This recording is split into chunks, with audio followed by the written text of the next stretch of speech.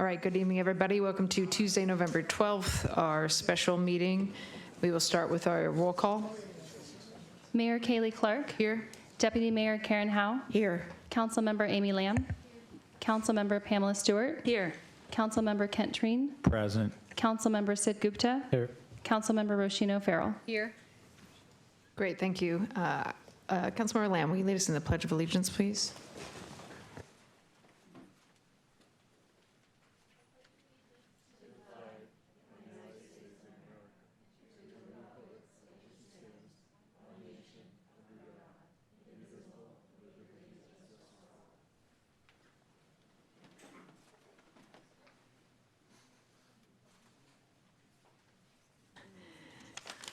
All right, I will read our land acknowledgement. We acknowledge that we are on the indigenous land of Coast Salish peoples who have reserved treaty rights to this land, specifically the Snoqualmie Indian tribe. We thank these caretakers of this land who have lived and continue to live here since time immemorial. First up, I will entertain a motion to approve the agenda. So moved. Second. All right, moved and seconded. Any questions or comments before we vote? All those in favor say aye. Aye. Aye. Opposed? All right, we will start with public comment, and as a reminder, we do have public hearing, public comment later on in the agenda, not very long. So we'll start with general public comment now. Thank you. What the? Jim? Also, when commenting, could you please state your name and city of residence? Thank you. Yeah, my name is Jim Goulding, city residence is Sammamish, 13-year resident. I'm not going to be able to stay for the budget part of it, so this is actually dealing with the budget part of it. It's come to my attention that we're looking to spend $5 million for a piece of property that I understand sold for $1.25 million in 2019, and it's valued at $1.3 million now. And I'm kind of at a loss as a taxpayer as to why we should be paying $5 million for a piece of property that's way less than that current value. Is there something that we as citizens don't know about that's not transparent to us at this time? And hopefully some of that will flush out during some of the meetings, but I just want to make my views known on that. Thank you. Thank you. Mary? Victor?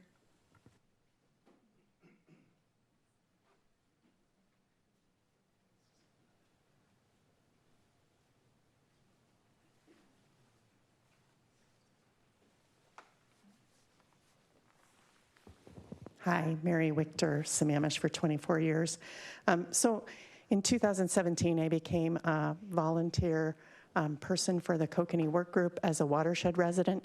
I live between Zaccoose Creek, where it comes down, and George Davis Creek, and then the next creek is Ebright Creek, and then there's Pine Lake Creek. So Sammamish has 4 salmon streams within less than 1.5 miles, which is one of the reasons why we talk about fish and the need for salmon recovery and culverts. And I just wanted to give a small update. The Kokanee Work Group meets quarterly, and it takes about 3 years for the salmon cycle from the time that they lay the eggs and become fry and swim out to the lake till they come back to spawn.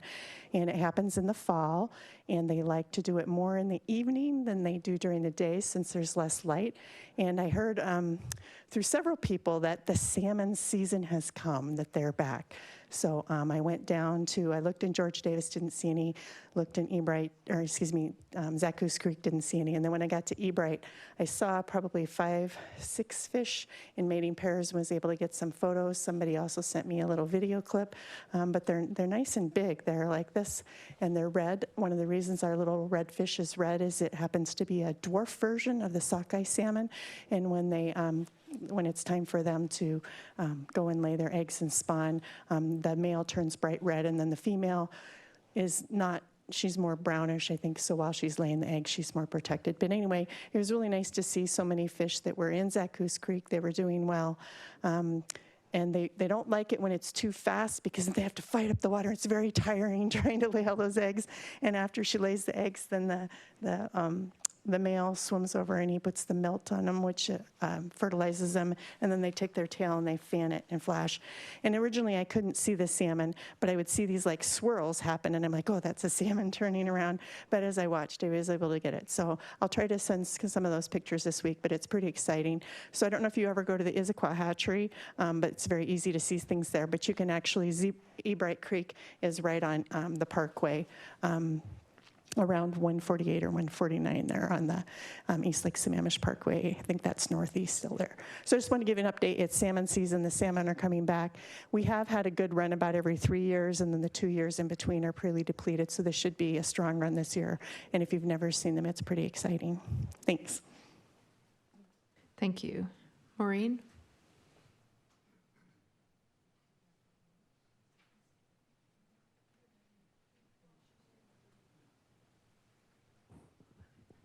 My name is Maureen Santoni. I live in Sammamish. Actually, a longtime resident. We've lived here 45 years, so before Sammamish. I'm here about just wondering if there are building codes or something about lighting on new businesses. The Brown Bear Car Wash did a big remodel, changed from a gas station to just a car wash. And the green lighting around it is way too bright. We drive over to the coast often.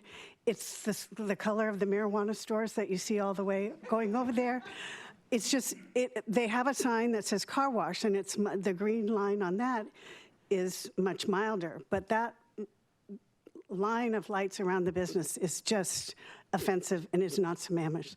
So if there isn't a ordinance or something that people have to do when they do businesses, there should be, and maybe someone could look into this and just have them tone it down a little bit.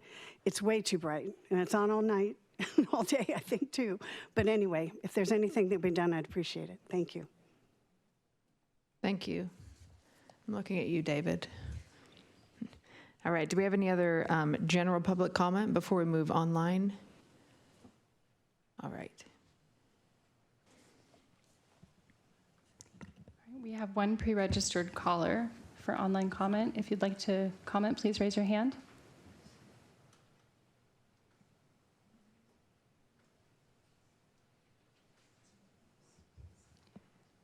Okay, that's it for public comment. All right, thank you so much. Okay, so next up we have the consent calendar. We have one item. I will entertain a motion to approve that. So moved. Second. All right, moved and seconded. Any question on that? All those in favor say aye. Aye. Aye. Opposed? Great, thank you. We do have one proclamation, American Education Week with Councilmember Treen. American Education Week, November 18th through the 22nd, 2024. Whereas the public education is the foundation for a vibrant, just, and equitable society, providing opportunities for all students to succeed and contribute to the community. And whereas American Education Week, first observed in 1921, celebrates the essential role education plays in the growth and success of our nation, while recognizing the individuals who make education possible, including teachers, support staff, administrators, and parents. And whereas the 2024 theme, Together for Safe, Just, and Equitable Schools, underscores our collective responsibility to create safe and inclusive learning environments for all students, ensures that every child, regardless of background, has access to quality education. And whereas this week provides an opportunity to honor the heritage of learning, express gratitude for educators, support staff, and invite parents and community members into classrooms to witness the dedication and challenges of providing a high-quality education. And whereas it is essential for each member of the community to consider how they can contribute to making our public schools great by being informed about the accomplishments and needs of our schools and by offering their cooperation and support in meeting those needs.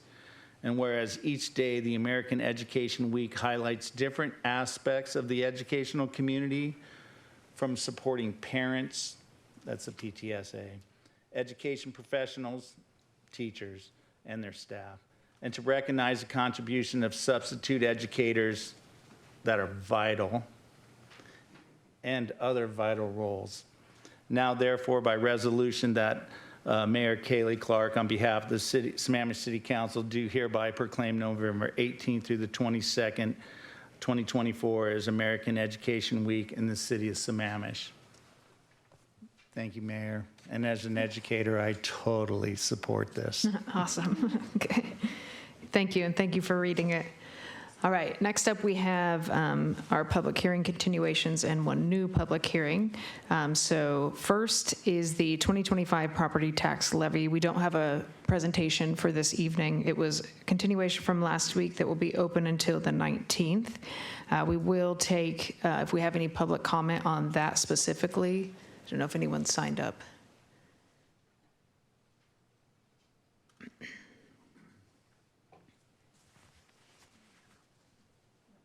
No. And then you'll check online. Awesome. Okay, so we have no public comment for the tax levy portion in the room, and Amber will check online. Any pre-registered callers who would like to give public comment, please raise your hand.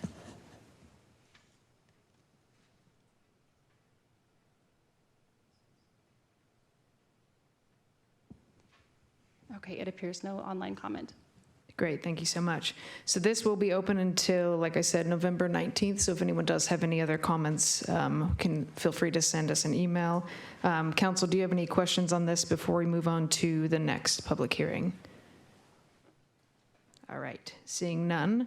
The next public hearing continuation is the 25-26 biennial budget, and I will pass it to Vicki for a quick presentation.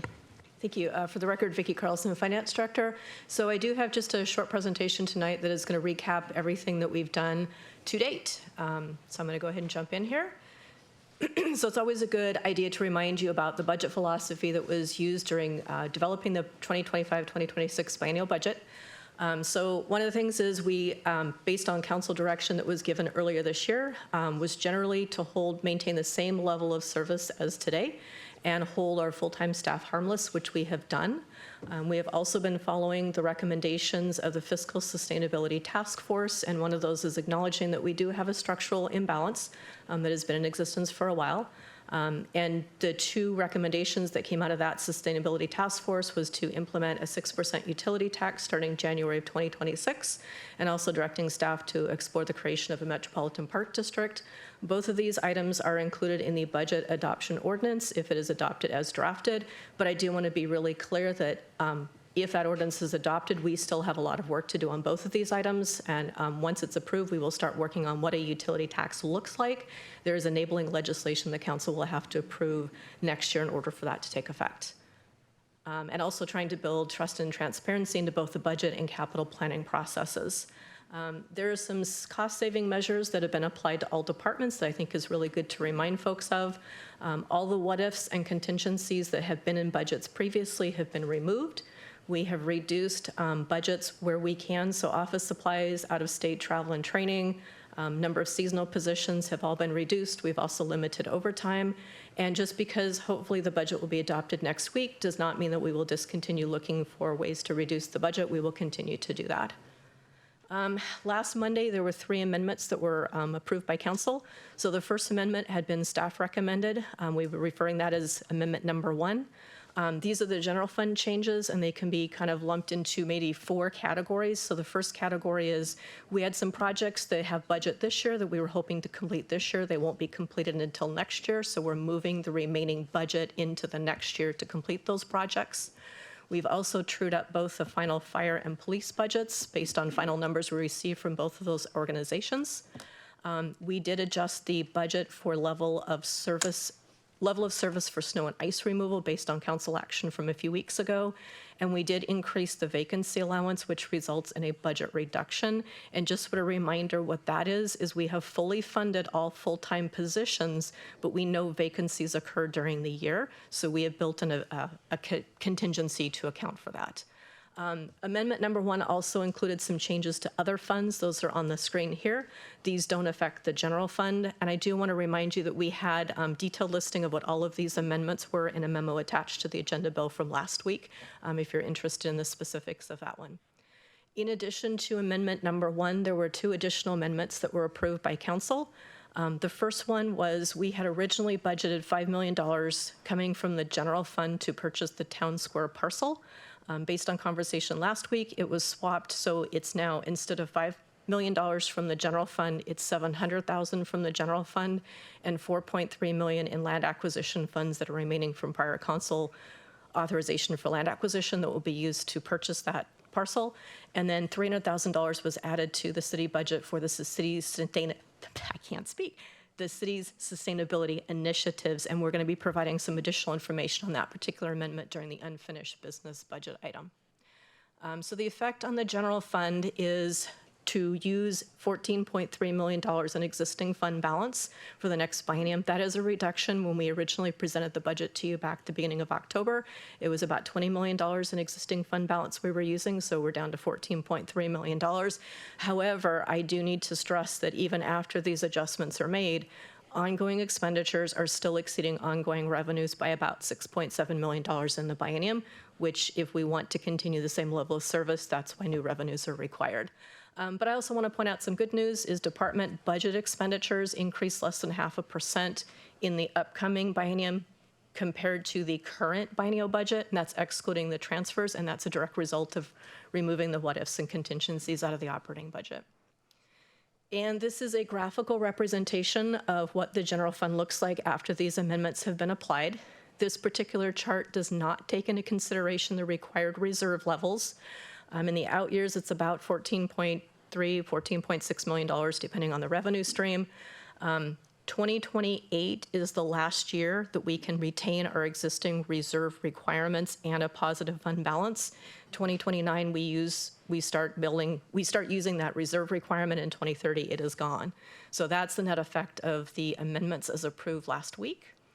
Next steps will be, hopefully, next meeting we will close the public hearing and plan budget adoption. And the last slide I want to show before I turn it back to the mayor is this is where we are in the schedule. So there's been a lot of touch points with council throughout this budget process, and hopefully next week would be budget adoption. And with that, I will turn it over to the mayor to continue the public hearing. Great, thank you so much, Vicki. All right, we are going to start with comments on this public hearing. Hank?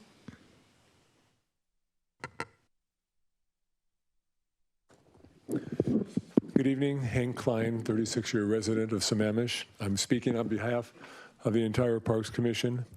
In the face of rising costs and decreasing revenues, the Sammamish City Council last week passed a budget amendment to take $4.3 million from the Parks Acquisition Fund to purchase a property likely to be less than 1 acre within the town center to add to the existing Notch property for development of a town square. This action will completely deplete the parks account, effectively preventing any future acquisitions of land for preservation or passive recreation. Is that really your intention? Has the city met its stated goal and honored the expressed interests of our citizens? Let's first take a look at how far we've come. Since a land acquisition strategy was adopted in 2018, the city has acquired nearly 70 acres of property, including Beaton Hill Park, Big Rock Park South, the Landa, Yates, and Parker properties, as well as land along George Davis Creek and parcels along Sahali Way. Total cost to the Parks Acquisition Fund was $8.3 million, or roughly $120,000 per acre. In contrast, the purchase of this additional parcel in town center is projected to cost as much as $5 million for less than 1 acre. That's more than 40 times the cost per acre of the previous acquisitions. So what would happen if we were to leave the $4.3 million balance in the fund? If we assume the same average acquisition cost of $120,000 per acre, we could potentially acquire an additional 35 acres. But is that realistic in today's economy? Definitely. For example, there's currently a listing for 22 acres of undeveloped land along Snake Hill Road. The cost, $1.1 million, or just $50,000 per acre. Leaving the balance of $4.3 million in the land acquisition fund could do so much more for our citizens and our city and its citizens than buying a sub-acre lot. So what guides the acquisition of properties using funds from the Parks Land Acquisition Fund? The city has formally adopted a land acquisition strategy and implementation program that includes the following statement, quote, "The community's highest priorities are for new trails, preserving tree canopy, protecting streams and corridors, preserving wildlife habitat, and increasing waterfront access, unquote. But the plans for the proposed town square call for 60% hardscape. Certainly taking $4.3 million from the Parks Acquisition Fund to acquire this tiny lot is not only fiscally irresponsible, but totally disregards the express interests of our citizens and is a clear violation of the city's adopted policies. But wait, there's more. Hello, I'm Roberto. Thank you. Hold on, we just need to restart the clock. Okay, go ahead.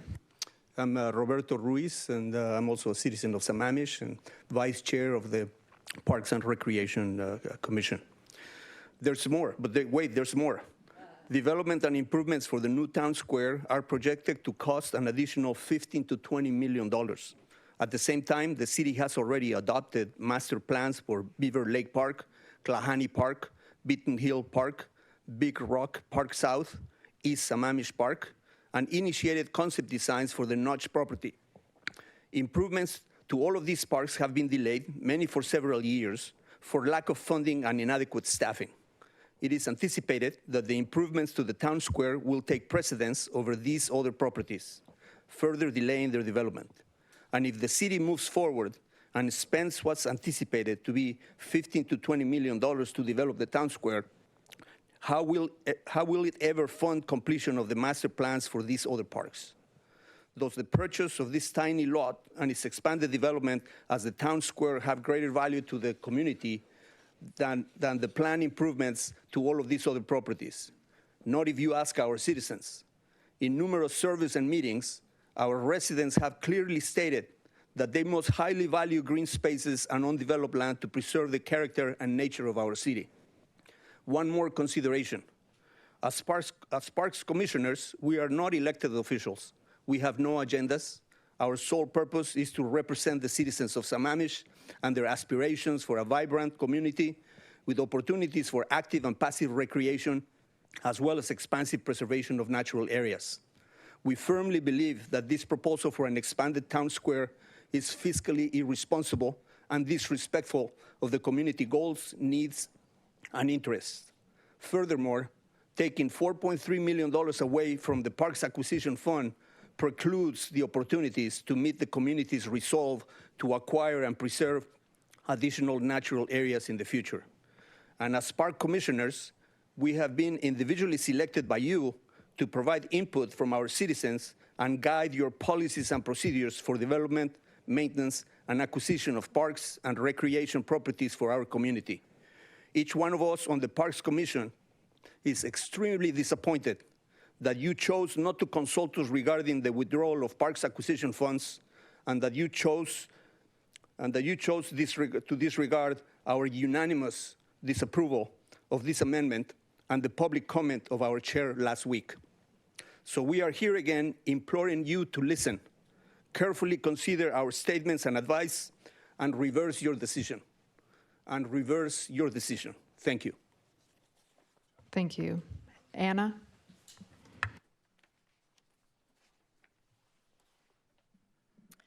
I am Anna Yorba, Sammamish resident, Parks Commissioner, and Native Plant Steward. We oppose the proposal to spend $5 million to buy land to create a large urban plaza, regardless of whether the money is taken from the general fund or the Parks Land Acquisition Fund.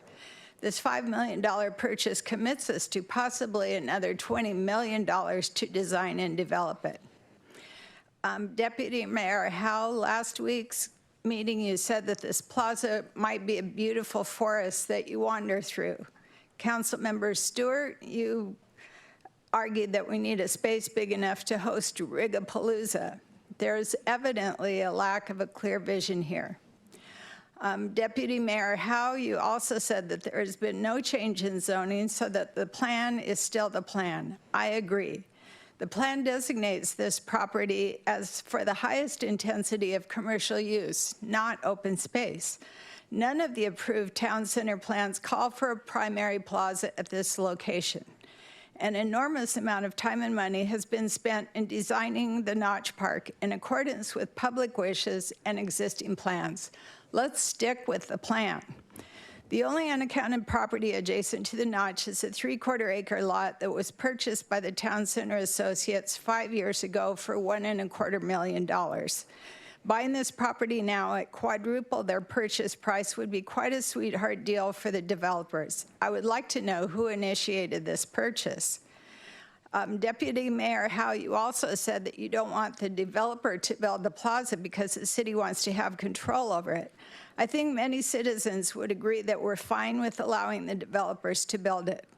Developers' contributions are not handed out for free. They derive many benefits in exchange for developing community open spaces. Postponing the construction of a primary town plaza until a future phase of the town center development, possibly north of 4th East Street, is entirely consistent with the town center plan. We already have a town plaza for a community gathering place at the City Hall. The existing plaza will serve the needs of the community for years to come. It makes sense to plan ahead for the Town Square project at such time that we have the financial stability and increased population to warrant the expense.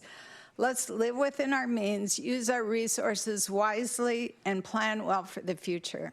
Thank you. Thank you. Lorraine?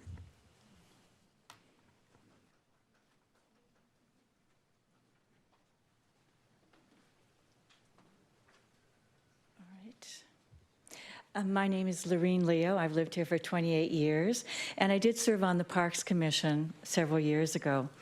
And I want to just echo what Anna has said, and Hank, and our other Parks Commissioner here. People love living in Sammamish, and we move here for the natural beauty. We don't move here for a town square, and we don't move here for a town center. We already have a beautiful plaza here. Why do we need a second town square? And why would we spend 3 times the assessed value in 2024, to buy only 3/4 of an acre from the developer? I ask that you reverse your decision and that you leave the millions of dollars in the parks budget.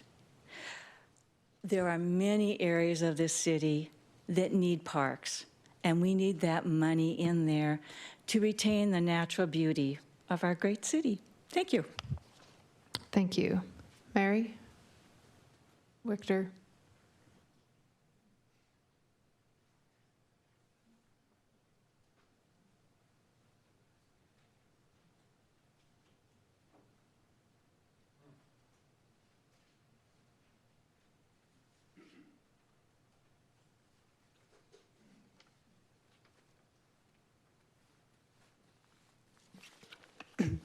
Good evening. Mary Victor, Sammamish, 24 years. For your biennial budget, I have input that I emailed in, and I also sent 2 images that I printed, and I'll try to hold up for people here. I don't see any way that you're going to resolve the fiscally sustainability problem. The only factor that I think you can play with is one that you haven't really touched yet, and that is to actually put more housing where it should be in Sammamish, so not in critical areas. Use TDRs, let it go into town center or other center areas, and have more density. And just because I'm a nobody, I'm a person who just comes to a lot of meetings and you hear from me a lot. I do read a lot of things online. I also attend other meetings. I also grew up in Bozeman, Montana, which is in Gallatin County. It's in the southwest part of Montana where everybody flies in to go to Yellowstone Park. So you get a lot of tourist business there. And that Gallatin County, they have Belgrade, which is where the airport is, Bozeman, which is the city I grew up in, and then a Four Corners area, which is the last place you can shop before you head down to Big Sky, where the Yellowstone Club and Bill Gates and everybody are before you hit Yellowstone itself. So this is a plan from, I actually copied it in 2020. I think it might be from 2019. It's from Sanderson Stewart, who's a consultant who does a lot of work for the city of Bozeman. And the one here over on the right is county growth. That's just, you let Sammamish go and just sprawl and fill out all those vacant things. And you can see down in the charts that it's much more expensive in roads and sewer and water pipes to do that.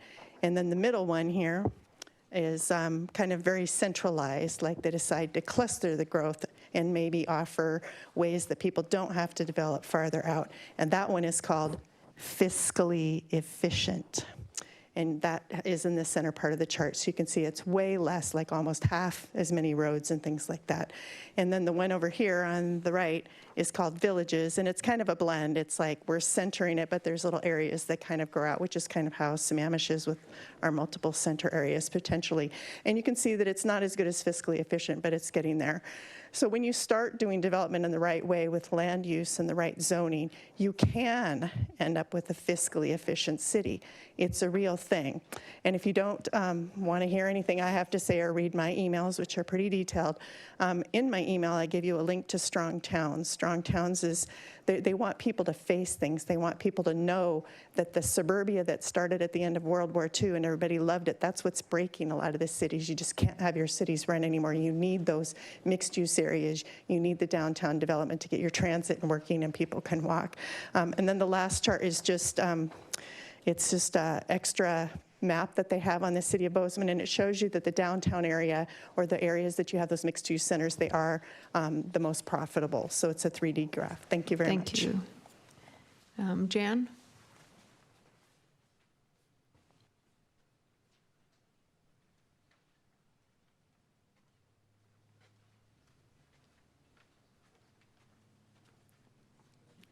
Hello, I'm Jan Bird from Sammamish, and just wanted to circle around back to some of the issues we talked about last meeting, like the Parks Commission, Anna and Lorene. I also am disappointed that the council voted to gut the Parks Land Acquisition Fund.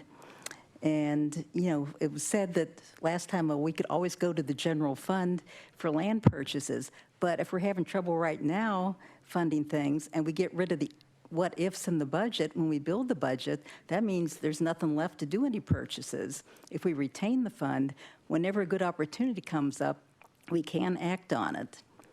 And it's noted already, you know, that urban plaza doesn't meet our goals.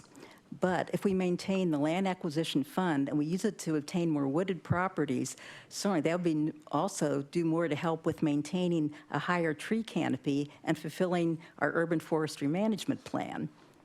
And on a different topic, also I talked about last time, I expressed a concern about the urban forestry management plan. It's been kind of buried with the emphasis on sustainability, and I felt that the urban forestry management plan deserved equal emphasis. I took a deeper dive into the draft budget, all those 400-some pages, and since then I noticed there's a thing under Public Works that has a goal for the next budget year. It says E22, tree canopy mapping and goals for stormwater management purposes. It says identifying methodology to map tree canopy and adopt canopy goals to support stormwater management as required by the NPDES permit. So this is coming out of Public Works. And when I saw that, I said, if this includes mapping of all our parks where our larger and older trees are, and is also the first step for implementing our urban forestry management plan, then this starts to answer my concerns. Now, there's also a street tree assessment. If that hasn't started yet, it'd make more sense to me to put that money into the stormwater canopy assessment, as that's not slated to start until 2026. But the street tree assessment was supposed to start Q4 of 2024. And although assessing street trees is valuable, and we get much more ecosystem services out of our large conifers in our city parks, and of course some of them are dying, I would like to see the assessment begin with parks next year. They have the biggest trees and the biggest part of the city's canopy and have the largest impact on ecosystem services, such as just aesthetics, carbon capture, decreasing the heat island effect in urban areas, improving water quality, assisting with stormwater management, filters the air, provides wildlife habitat, which also is very important. We have a lot of species that are dying off because of lack of habitat, and just improve mental health. So thank you for considering my comments. Thank you. Karen?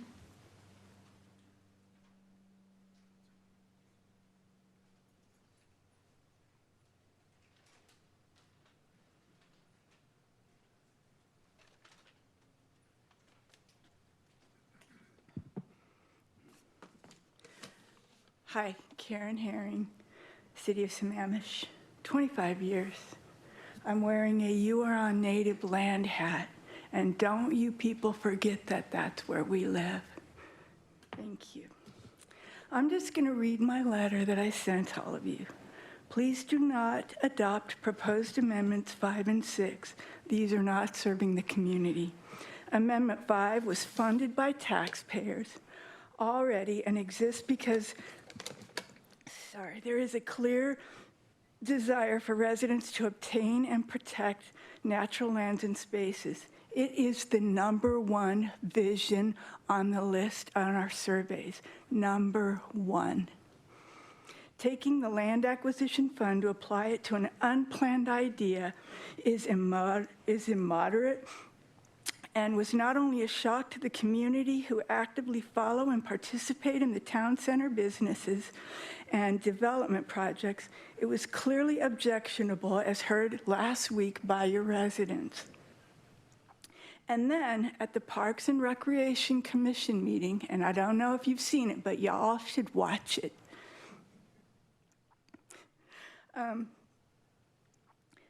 This was discussed, and it was clear there was concern, indignation, and there was no concession, none, not by one.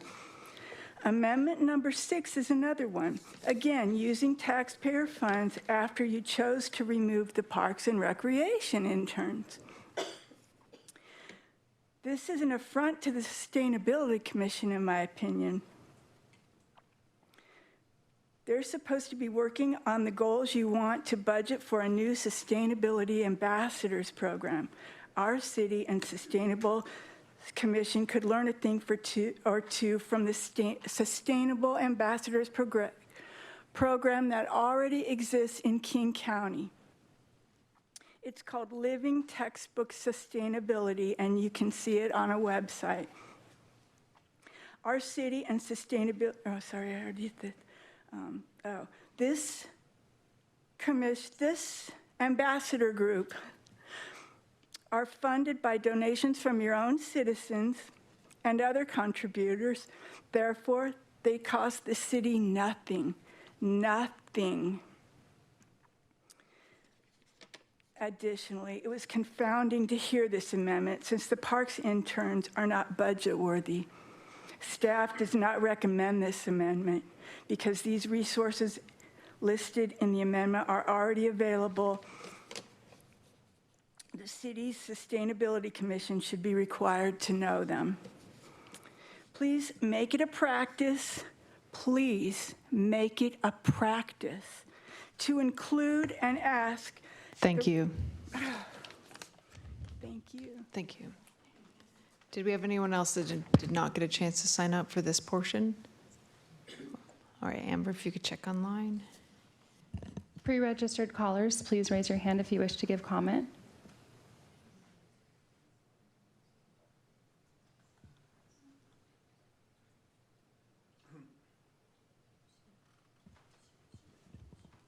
We have no online comment. Great, thank you so much, Amber. All right, Council, so this hearing as well is continuing until the 19th. Does anyone have any questions or comments for Vicki, I guess, and or Chris, before we move on to the next public hearing? If you are planning to make amendments and other things, I believe we are doing that in the budget deliberations under unfinished business. Oh yeah, questions are fine. Yeah, go ahead, Councilmember Stewart. Yeah, thank you. I think this is a question for the city manager. We've heard a couple of comments tonight that is information that I certainly haven't heard of before, like that there's a piece of property for the town square that is only valued at 1.3 million. And then also that there would be another, I think it was 15 million to develop the town square, and that that would be prioritized above other parks. So I'm just curious where that information came from, because I've certainly not heard any of that. And I'm wondering what the source of that, if any of that is true, if that's been shared, or if that's just kind of information that's floating around that may not be accurate. Councilmember Stewart, I'm not familiar with any of those numbers or where they came from.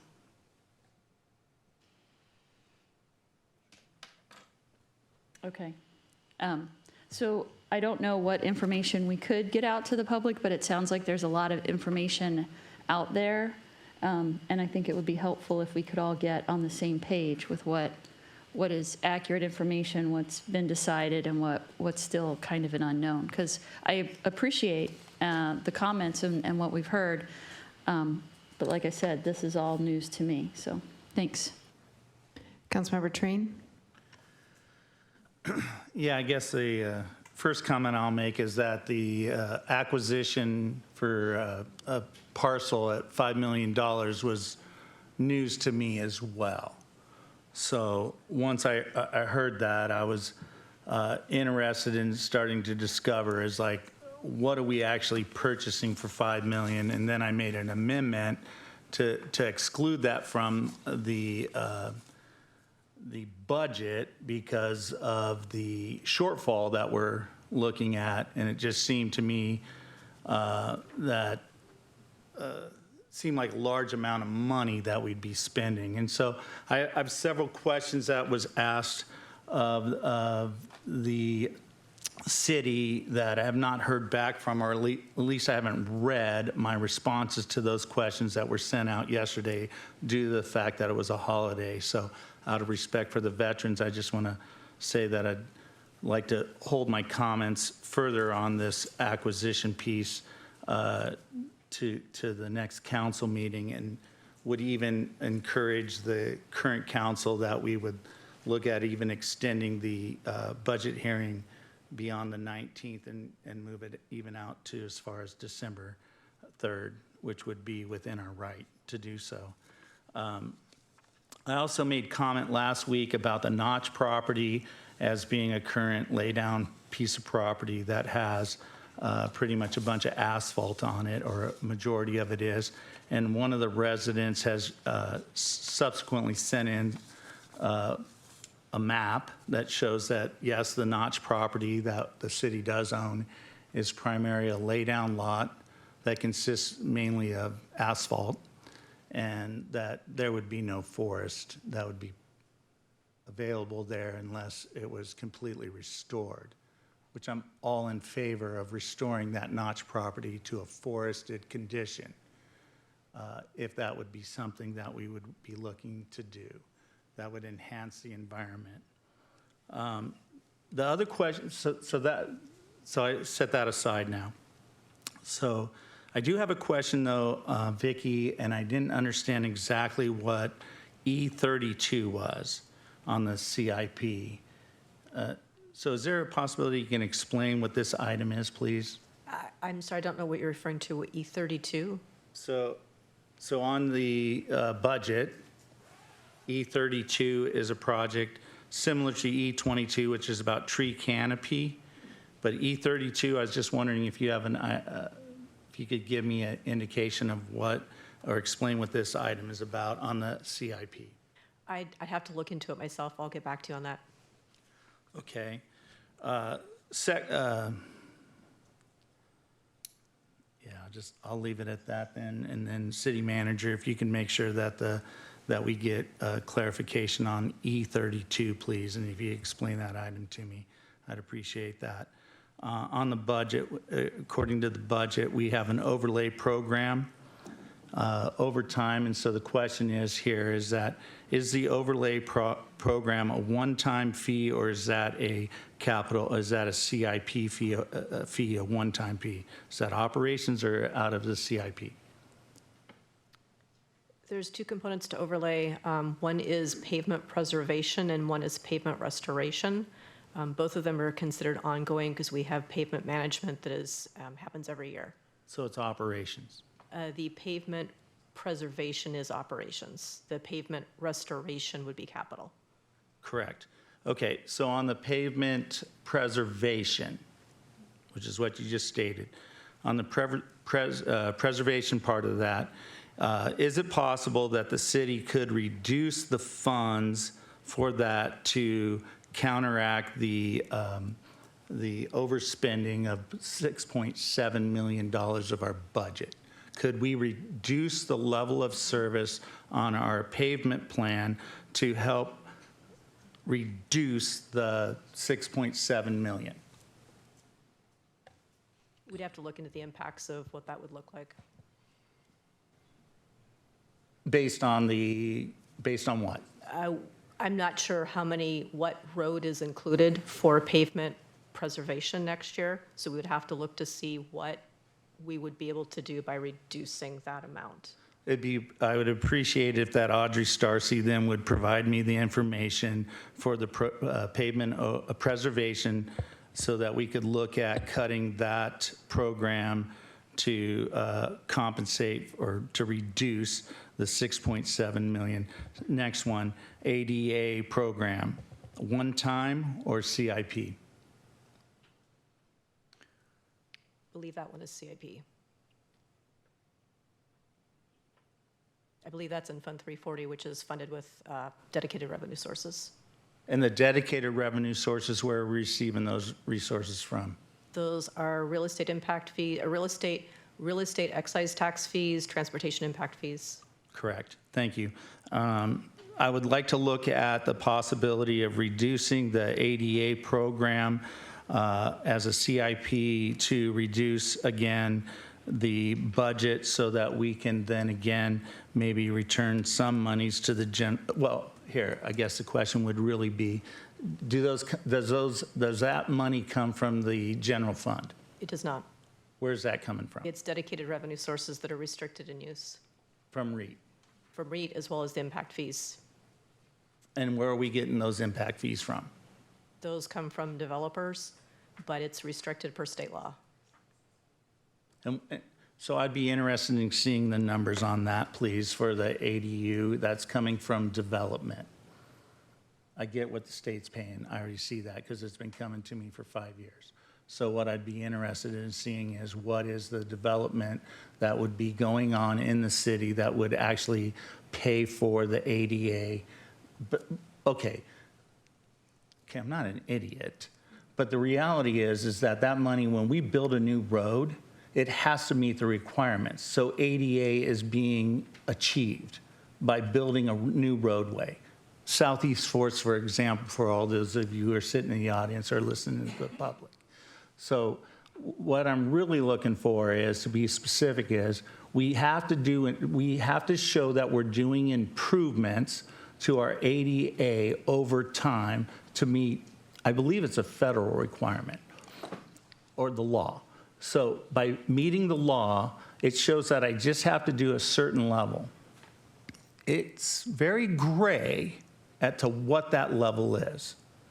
So what I'm asking for is that the ADA budget item be reduced, or can it be reduced to offset the 6.7 million? It is funded by dedicated revenue sources that we cannot transfer to the general fund for general operating costs. Both REIT and impact fees are restricted by law for specific uses. Similar to my stormwater? Stormwater is restricted for stormwater activities. Stormwater cannot be used to subsidize the general fund activities.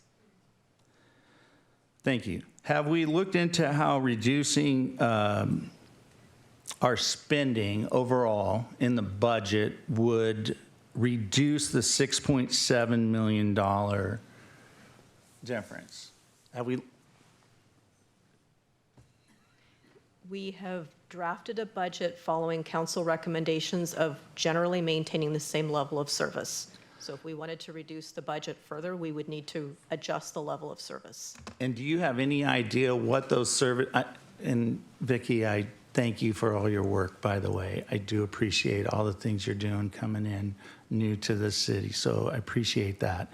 But have you looked at what it would be what reductions in the level of service we would have to do to, in a sense, do a balanced budget?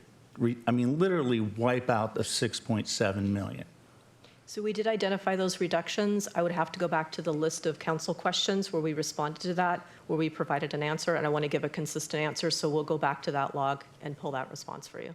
Because what we've known in the last 5 years that I've been on the council, and I'm just going to say my knowledge is going back to at least 2019 when I ran for office, that the reality is that the budget was to fix the, to make it so that the budget was sustainable over the long haul, right? At least on the operation level, that we were looking at a 6 to 8 year plan. And every year I've been on the council, we have worked diligently to reduce the budget anywhere from $8 to $6 million a year. Are we even close this biennium of reducing the budget by $6 or $8 or $10 million? We have reduced the budget considerably, given that our department expenditures are only growing by less than 0.5% from the current biennium to the next biennium. That is a direct result of removing the what-ifs and contingencies out of the budget, as well as some of the other adjustments that I had on the screen earlier that applied to all departments, which was reducing office supplies, reducing the seasonal staff, reducing overtime, that whole list. Yeah, so what is that? Yeah, and I saw that. That's like 1.7 or less than 2 million. Did I miss that or not? I didn't provide a dollar amount on this slide. I could go back and give you the specifics. Yeah, I saw it. So it's not close, is what I'm saying. Okay. Council, this is in city manager. I look at 6.7 million, and I'm like, how do I do a budget where I'm going to continue to spend the taxpayers' money that's sitting there in the account that can be used for other things? Why would I keep spending money and in a way that's in some ways either towards something that's not necessary, wasn't required by law, or that, as we heard in testimony tonight, that just seems even irresponsible? Why would we continue to spend that kind of money?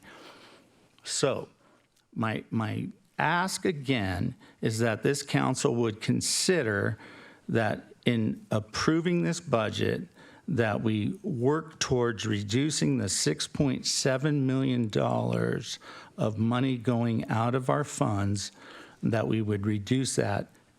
Like, why don't we work towards half then?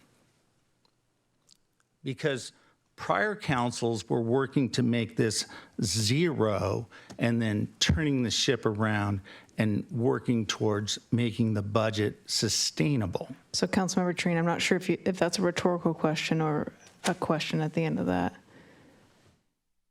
Sorry, say that again. If you have, or asking or making an amendment or a question, or if it was a rhetorical question, just having us consider like for next week, or if they're, Consider for next week. Got it. Because I'm working through this budget every night. I'm looking at it every night, trying to figure out how do I balance a budget, or how do I at least move the budget to a direction where the city can operate sustainably over the long haul. And I don't have any answers yet. I mean, I'm working on some. But if we're going to just if as a council we're going to continue to spend money for things that are either unnecessary, which we did, which is okay. I mean, I wasn't happy about it, but it happened. But we continue to spend money which is unnecessary. And the commission that sat down and said, hey, this is what the committee would actually look at. They said, hey, you got to make as many cuts as you can before you enter into a tax. So the solution then, and believe me, Councilmember Trine believes that to be sustainable, at some point as a young city, we're going to have to do some kind of utility tax. That hurts my heart, to actually raise the tax on the residents by 6% to put in a utility tax.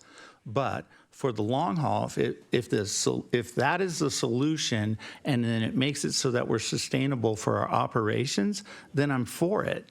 But it's not until we literally look at hardcore how we're going to cut this budget so that we can at least go to the taxpayers when that time comes and says, hey, in a year from now, to make this work, it's 6%. I can sell that then. What I can't sell is a council that spends. $5 million, really? No. Don't do that. 300,000 for this? No, don't do that. 250,000 for this? Don't do that. All right? If you're going to build a roadway, no, have the developer pay for it. Don't have the residents pay for something that benefits them. I don't care what the staff recommends on Southeast 6. That's clearly not something that's going to benefit all the residents of Sammamish. So it's like, cut that out. I mean, there's so many things we can cut out that would make it so that this budget would actually work. But we're not willing politically to do that, and I don't understand why. Thank you for your time. Councilmember O'Farrell. Thank you, Mayor. And thank you, Councilmember Treen. I mean, I hear you. This is tough. This is not easy. I mean, I think there's a couple of things as well that we need to also keep in mind, and I'm with you. I do not personally want a utility tax on my electric bill and my gas bill and all my other utilities. I'm not looking forward to that as an individual. However, this is tough. I mean, one of the things as well we have to realize is that we are maybe coming at the other side, but we've been experiencing an extremely high inflationary period that we never experienced before in other iterations of the budget, going back as far as 2019, as you were saying, right? So that's something that we have incurred as a city, and I'm sure we all as individuals have felt it in our own personal lives.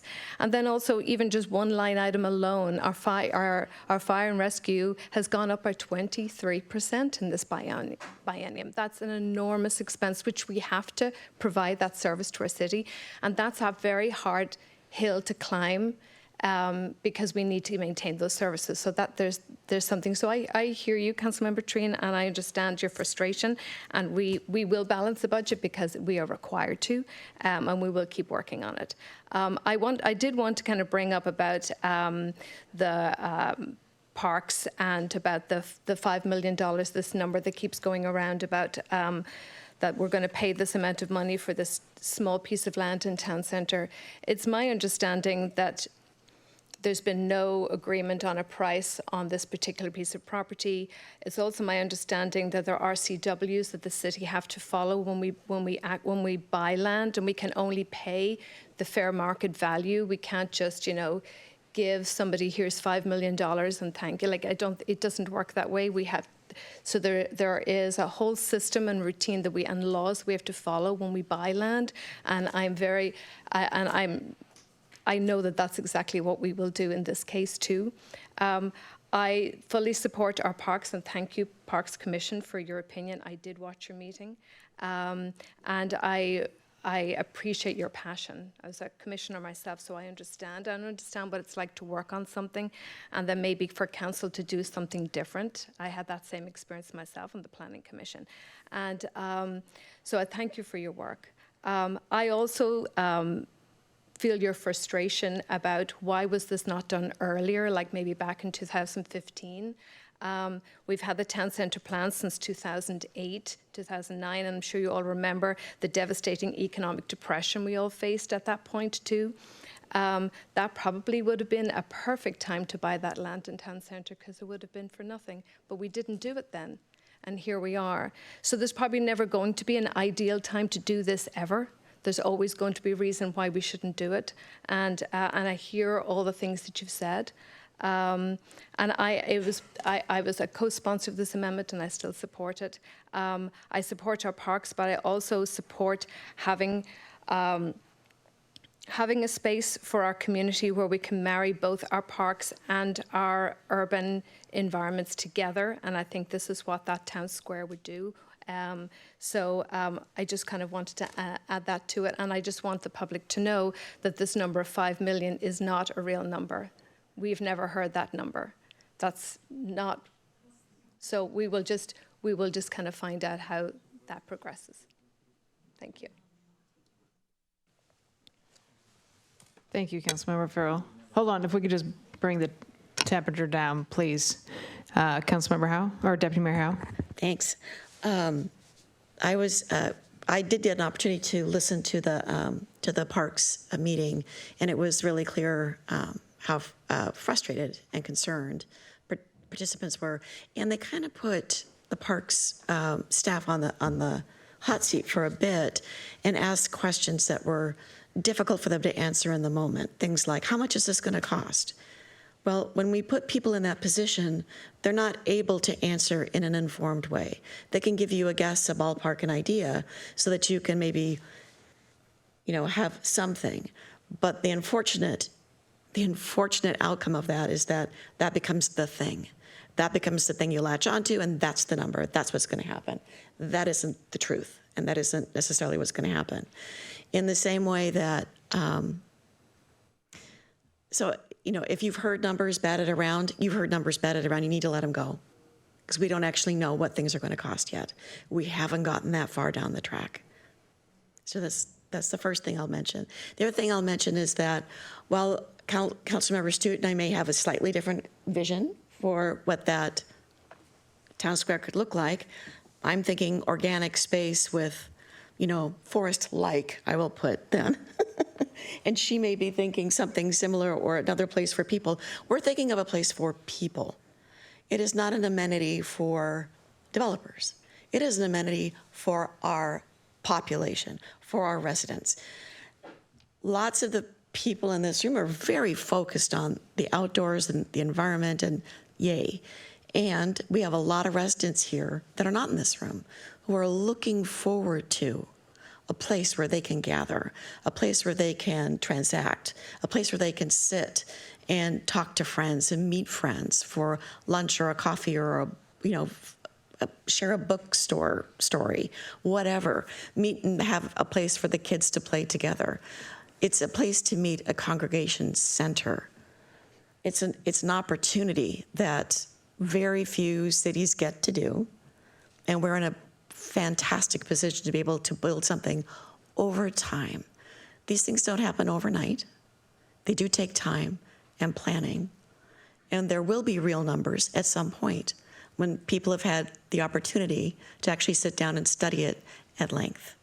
So I look forward to that, but to just remind folks that the numbers that you hear tossed around, they're just numbers being tossed around. They're not real. All right, Council, anything else on this? I know we have another unfinished business budget deliberation conversation on item number 6, so I'm sure more to come unless anyone else has anything on this right now. Okay, so again, this public hearing is continued until the 19th of November. Next up, we have our third public hearing.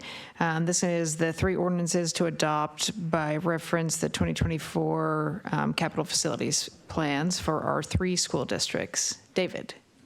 Good evening, Mayor Clark, Deputy Mayor Howe, City Council, David Pyle, Department of Community Development. With me, I have Matt Brandmeier, our Deputy Director, who recently joined us. And welcome, Matt. And this is his first presentation to the council. We also, I noted, do have representatives from each of the school districts in attendance this evening. I want to thank them for sticking it out and sticking with us this evening to be available in the event that council has any questions for them. Thank you. Matt? Thank you, David. Matt Brandmeier, Deputy Director of Community Development. I have a quick presentation for you, just a few slides. I know you have a long meeting, so. These are public hearings. These are 3 public hearings, by the way, for the 3 different school districts for the adoption of the Issaquah, Lake Washington, and Snoqualmie Valley school districts. Their 6-year capital facilities plans and impact fees. A little bit of background. Like I said, the capital facilities plans are planned for 6 years. They go through a public process. They are required through the Growth Management Act and the King County Code. The plans essentially identify student population growth and then where they need to expand, what kind of facilities they'll need in the future. The impact fees are there to pay for some of that cost of growth. The plans and fees are updated annually. The outcome for these hearings and the adoption of the ordinances are the city adopts each plan by reference and the corresponding impact fees, which are collected for each new housing unit through the building permit process. This is a map of the city with the 3 different school districts. You'll see Lake Washington is the northern half of the city, Issaquah School District is the southern half, and then Snoqualmie Valley has a few streets on the east side of the city. The next 3 slides, I'm just taking a little bit of information from each of the plans I found noteworthy, particularly the impact fees. And you'll see there's an impact fee for single family, there's one for multifamily. The single family in this case is just over $7,000. It's a reduction of 70% from last year. The multifamily, there would be 0 charge. That's a reduction of 100% going from over $5,000 to 0. If you see to the right, those figures are student generation rates, and you'll see the difference between single family versus multifamily. Essentially, multifamily generates fewer kids than single family, which is why the rates are different. And then there's no new construction planned within the city of Sammamish from the Issaquah School District. Lake Washington is planning a project in the fall of '26. That's in addition to East Lake High School. That project will add capacity for about 300 high school students. To the left, you see the proposed impact fees. Here again, it's single family, multifamily, big difference between the two. For Lake Washington, the impact fee for single family goes up by 16%. And is around close to $9,000. Multifamily is 0. To the right, you see the difference between the student generation rates between single family and multifamily. And then lastly is Snoqualmie Valley School District. They don't have any schools within the city of Sammamish, so there's no construction plan within the city limits. To the left, you see the single family rate, which is over $15,000 per unit, multifamily, which is over $9,000. The student generation rates on the right, you see they're a lot closer. In this school district, it just so happens that multifamily generates more students per unit, which is how this is calculated. That's the end of my presentation. I'm more than happy to answer any questions. And there are also representatives from each of the school districts here that can speak to this. Thank you. Awesome. All right. Thank you so much, Matt. So, Council, I'm going to open this public hearing, and we're going to do public comment on this public hearing, if we have any, and then we'll close it and open it up to council. So none in the room, and then, yeah, sorry. We need digital sign-in sheets, maybe. Mayor, if I may. Yeah. I'm not sure if we need to open each individually. So we would open the first for the Snoqualmie Valley, the second for the Issaquah, the third for the Lake Washington, and open and close them. And each time check to see if somebody wants to comment on that. Then after that, we could proceed with deliberating and collectively passing the ordinances if the council sees fit. Awesome. Let's ask Carrie. Just kidding. It's a joke. Okay. So I'm going to open the first public hearing for Issaquah School District. Do you have anyone, by the way? I don't have anyone in the room, but okay. I do have an online pre-registered caller who would like to give comment. I wonder which district. All right, you are unmuted. Oh, let me promote you one moment.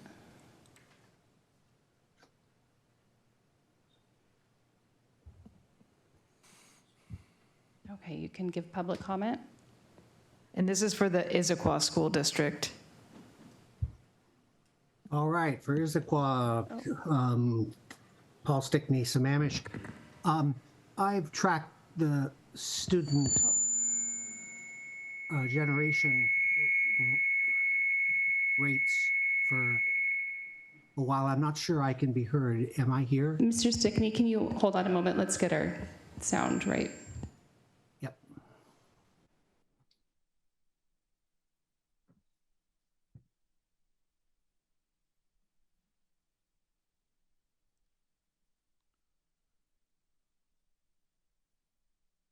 Okay, can we try again?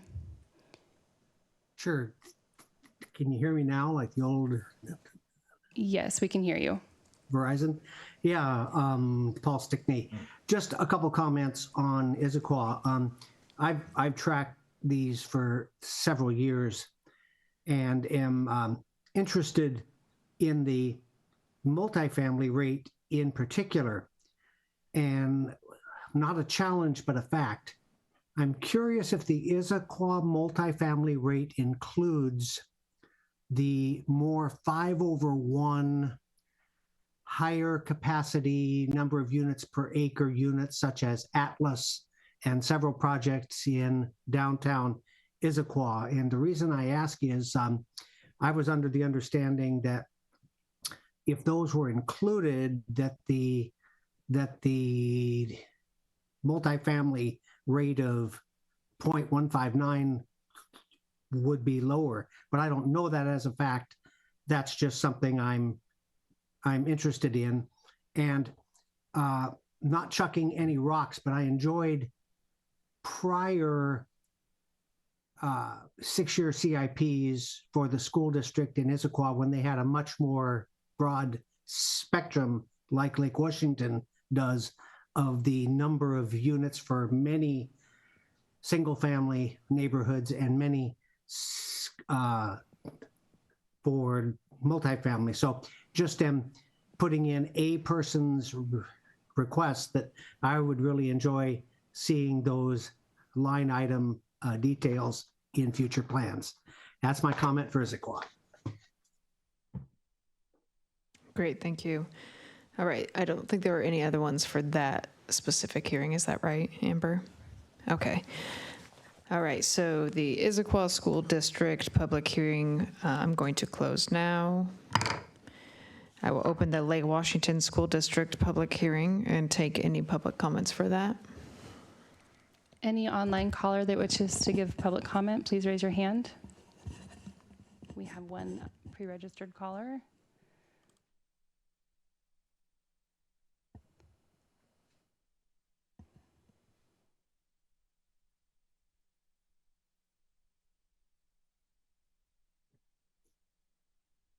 Good evening again, City Council. Yes, please go ahead. Paul Stickney again. I've tracked the Lake Washington students over time and really appreciate their information that they have given.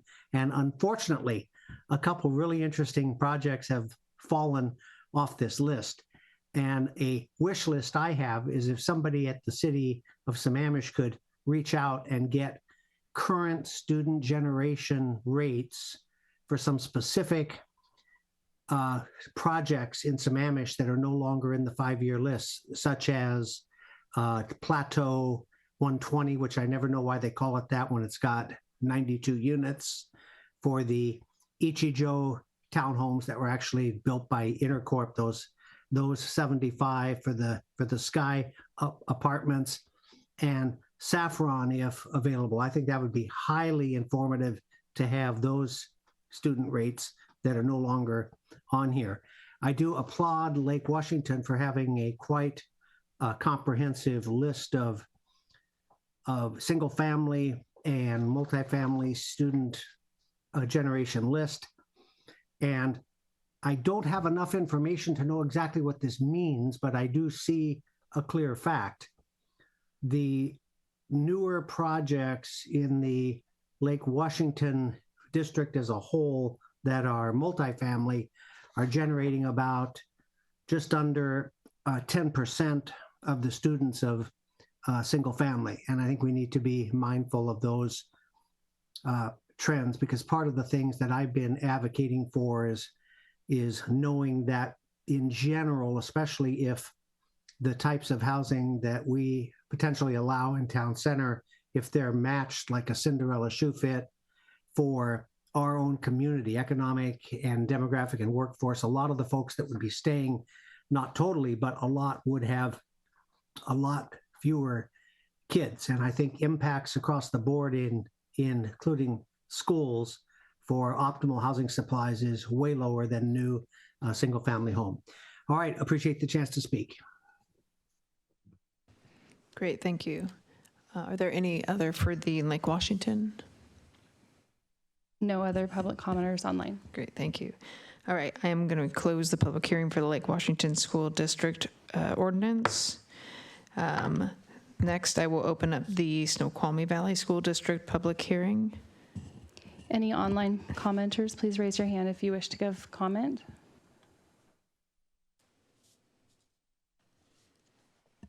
Okay, it looks like there are no additional comments. Great. All right, I will close the public hearing for the Snoqualmie Valley School District. All right, council, I will open it up to you for any comments or questions. And then, David, did you say vote on each three separately? I missed that part, just in case. So we've done it in multiple ways over the years. Okay. I think the cleanest way is to vote on each three separately. Okay, perfect. Just want to make sure. Councilmember Lamb? I had a question on the Issaquah plan. Does that include, does impact fees, will that go toward high school number 4? And we all know that the bond failed, but I do see that in the ordinance, it says that the impact fees would go toward projected facility costs.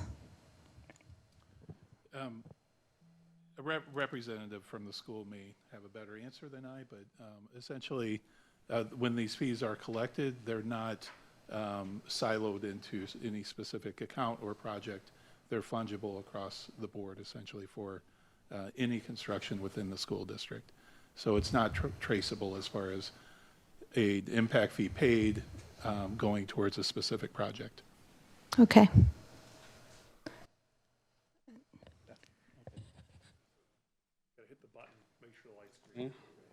Hi, I'm Martin Turney, Chief of Finance and Operations for the Issaquah School District. And so, yes, in the plan, we still are listing the high school number 4 as a potential project.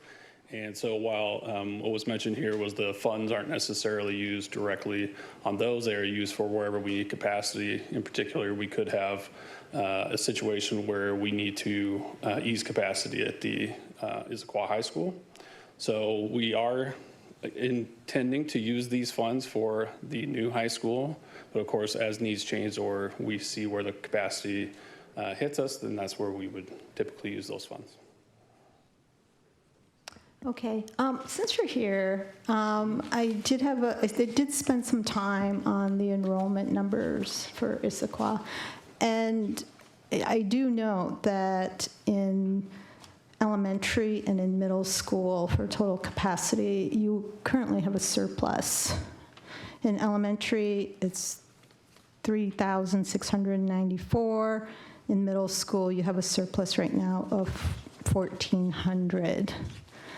And during the summer, when there was all this discussion about the high schools and that there's a lot of high schoolers and we need to build the new high school.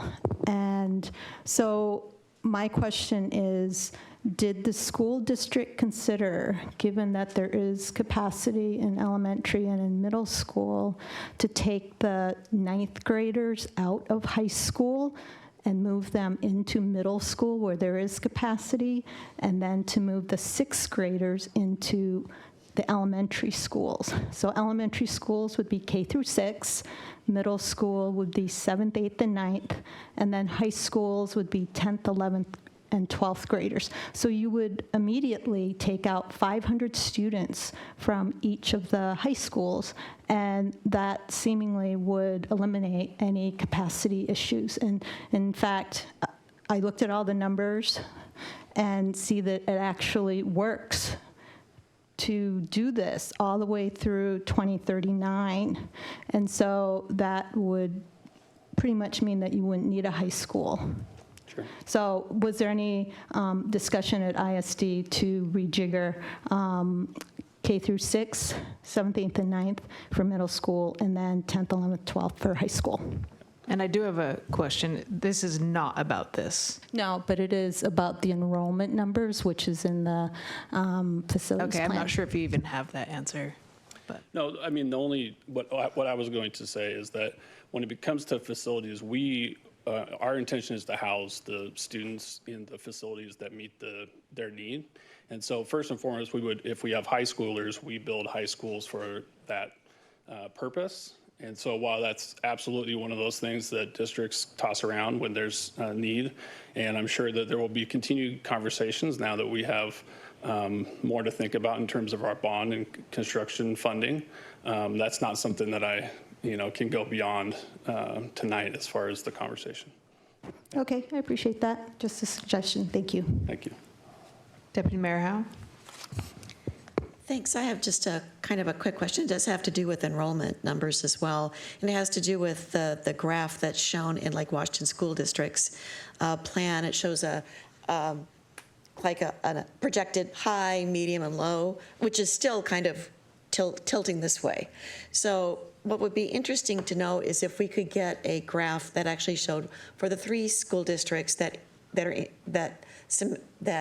impact Sammamish, if we'd be able to kind of just see what kind of trend lines that was for just the schools, not the school districts, the schools, so that we kind of understood kind of what the trajectory was for enrollments in general. Because I don't know if ISQUA's doing this, and Lake Washington's doing that. So one of the challenges there is that the districts do not plan based on the city boundaries. They plan based across the district. Yeah. And they take whatever actions are needed to adjust enrollment in schools in order to accommodate their entire population within their district boundaries. So while today that graph might show something, tomorrow it could show something completely different, just because they are obligated to accommodate students that arrive in their district, and they do make adjustments routinely to populations in their schools and where those students are coming from in order to accommodate the population that's in the district. Okay, thanks. It's just such a great graph, it's just such a clear communication. So thank you. All right. Do I have any other questions or comments from council? Okay, if not, I will entertain a motion for the first ordinance for Issaquah School District. To adopt it, that is. I move to adopt the Issaquah School District's capital facility plan. Second. For the, Capital facilities plan. For the 2024 6-year capital facilities plan. Setting impact fees. Where's our And motion? set impact fees. Okay. Second that. All right. All of moved that. And seconded. Any questions or comments before we vote on that one? I want Deputy Mayor Howe to have to repeat that. No, just kidding. Yeah. She's going to do the next 2. All those in favor say aye. Aye. Opposed?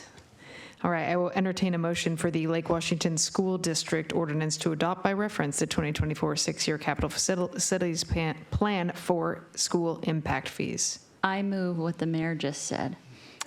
See how you do that? Second. All right, moved and seconded.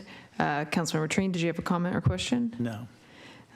All those in favor say aye. Aye. Opposed? All right. Next, I will entertain a motion for the Snoqualmie Valley School District ordinance. So moved. Second. All right, moved and seconded. All those in favor say aye. Aye. Aye. Opposed? Great. Thank you all for waiting and joining us. Thank you, David. Thank you, Matt. Oh, do you have something else? We're so fast. Who's Denise and Ryan? So Ryan is with the Snoqualmie Valley School District, and Denise is with Pacifica Law, who covers, or who is counsel to all 3 districts. Nice. Awesome. All right. Well, thank So, you yeah, for joining us. Yeah. Thank you to Ryan and Denise also for joining us. Very cool. Okay. Let's go to the budget again. I love the budget. Yeah. All right. We are back to budget deliberations. Vicki, I'm going to hand it to you again. I can't remember what we said now. Yeah, just briefly, we have 2 slides to speak to the sustainability amendment, and I'm going to go ahead and turn it over to David Powell, but I'm going to run the slides.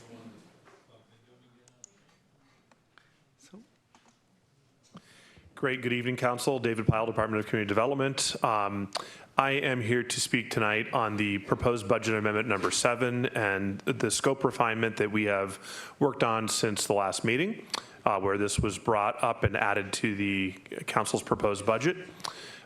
So we understood that the intent here was to infuse sustainability into building and construction practices in the city in order to bring about more sustainable construction typologies, and also to change the types of heating and cooling and overall energy efficiency of buildings, as well as to try to integrate alternative practices for heating and cooling of buildings, such as passive solar, adding solar panels, those kinds of things to buildings, and to try to find ways to incentivize that would work for the building community.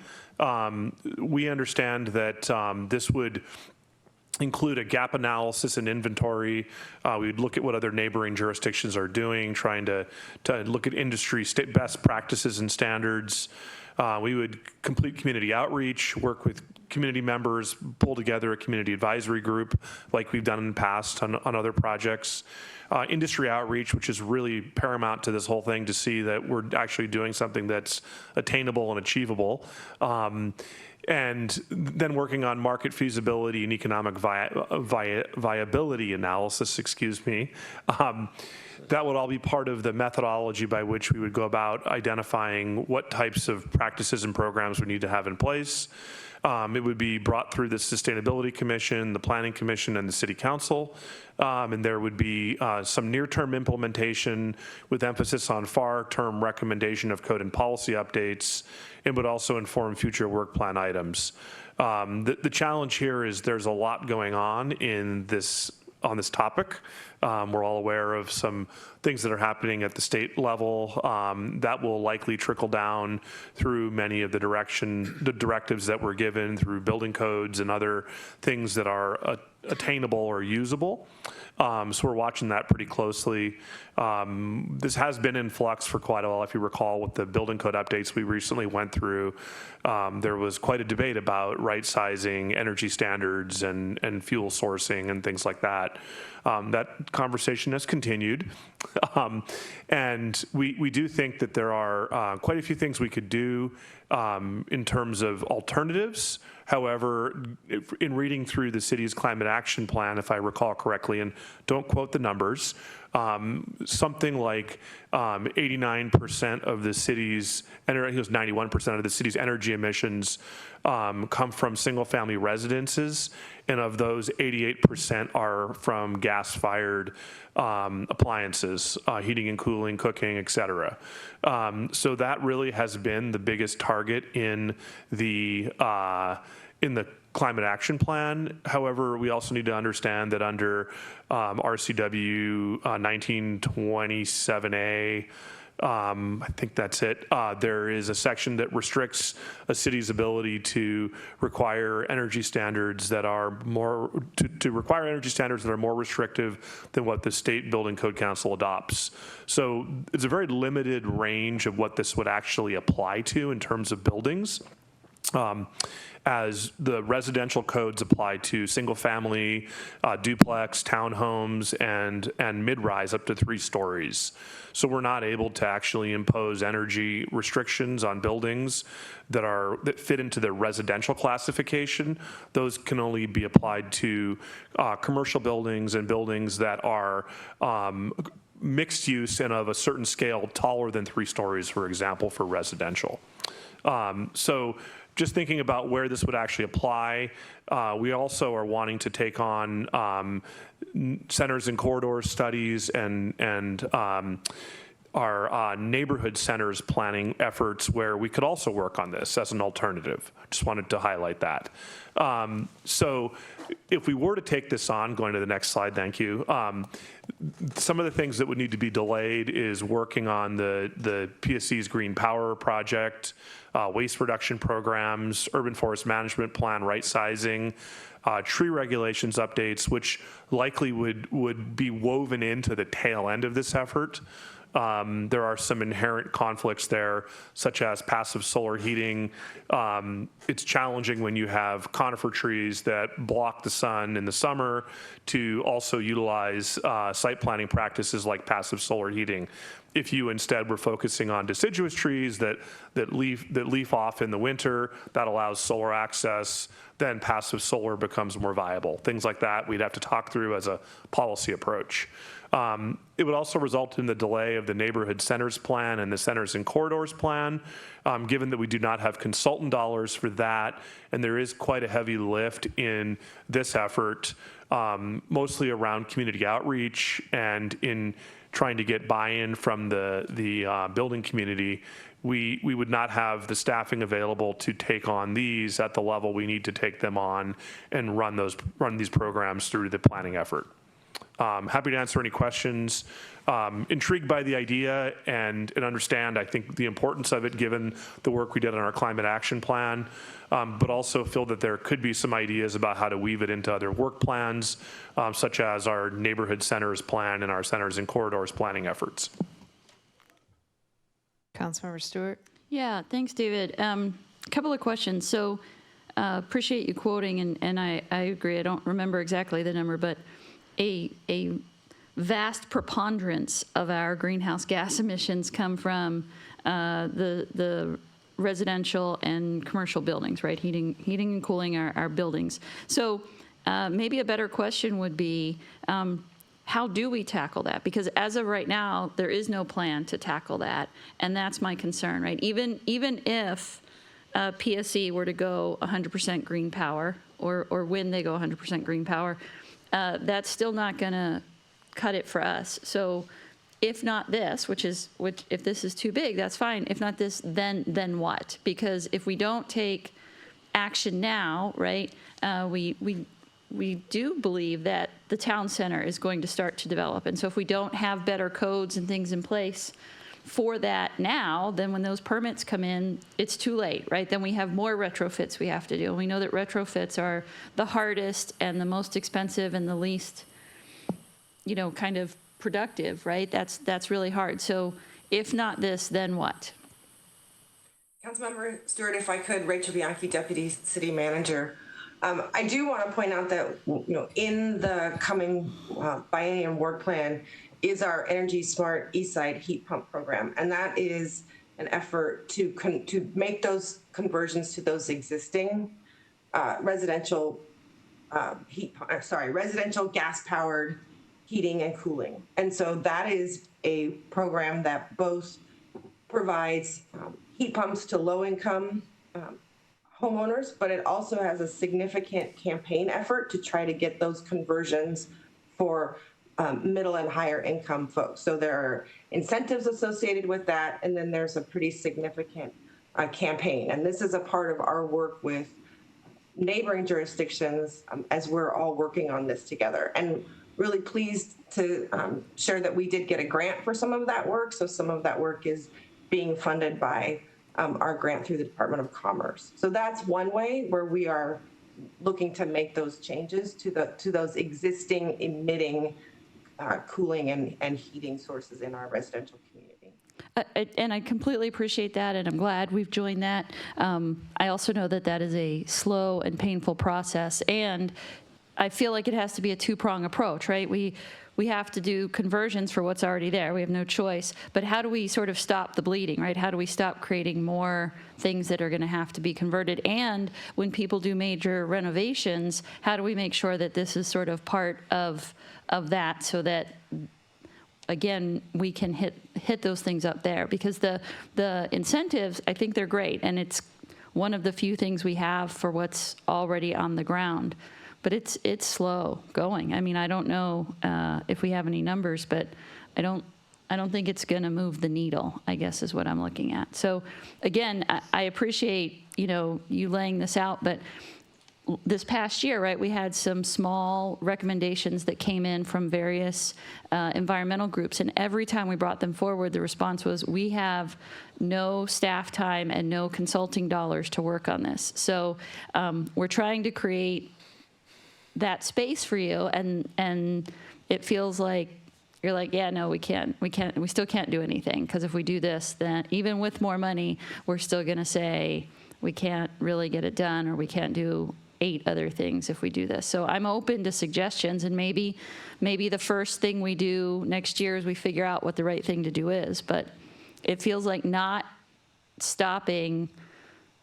making sure that new development isn't better so that we don't have to convert it later. It just seems silly. I will add, and I know that David's team has spoken to this previously, and he certainly is much more of an expert on it than I am. But the updates and changes to the building code, which I think we all remember were sort of long and drawn out, specifically because of this reason, right? So there are pretty significant changes to the statewide building code that are going to affect some of the outcomes that you are looking for, Councilmember Stewart. I think we're just starting to see all of that come online. I'm going to toss it to David to see if he has anything to add to that. But I think that those are real changes that are going to make some of those positive impacts that you're looking for through this effort as well. Absolutely agree, and I'm hearing from our building inspectors that they're starting to see real changes in building designs and the type of equipment being used, that they're saying that all new homes being delivered are including circuitry, if not the electric car charger, but they're pre-wired for electric car chargers. I was talking about it this morning with the inspectors. That we haven't had commercial buildings being brought to market in quite a while.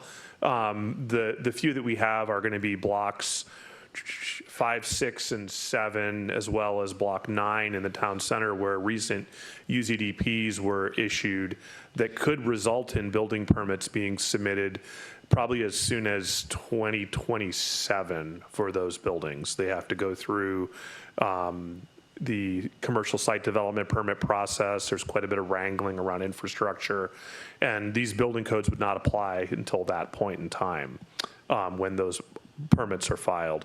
Keeping in mind that we are very restricted in what we can require for single-family construction, as well as, or I guess, residential construction, single-family townhomes, and low-rise, mid-rise apartments, walk-up apartments, those types of things. We are restricted by RCW 1927A, it's either 1920A could be, which directly limits what cities can do. They have to use the state-adopted energy codes.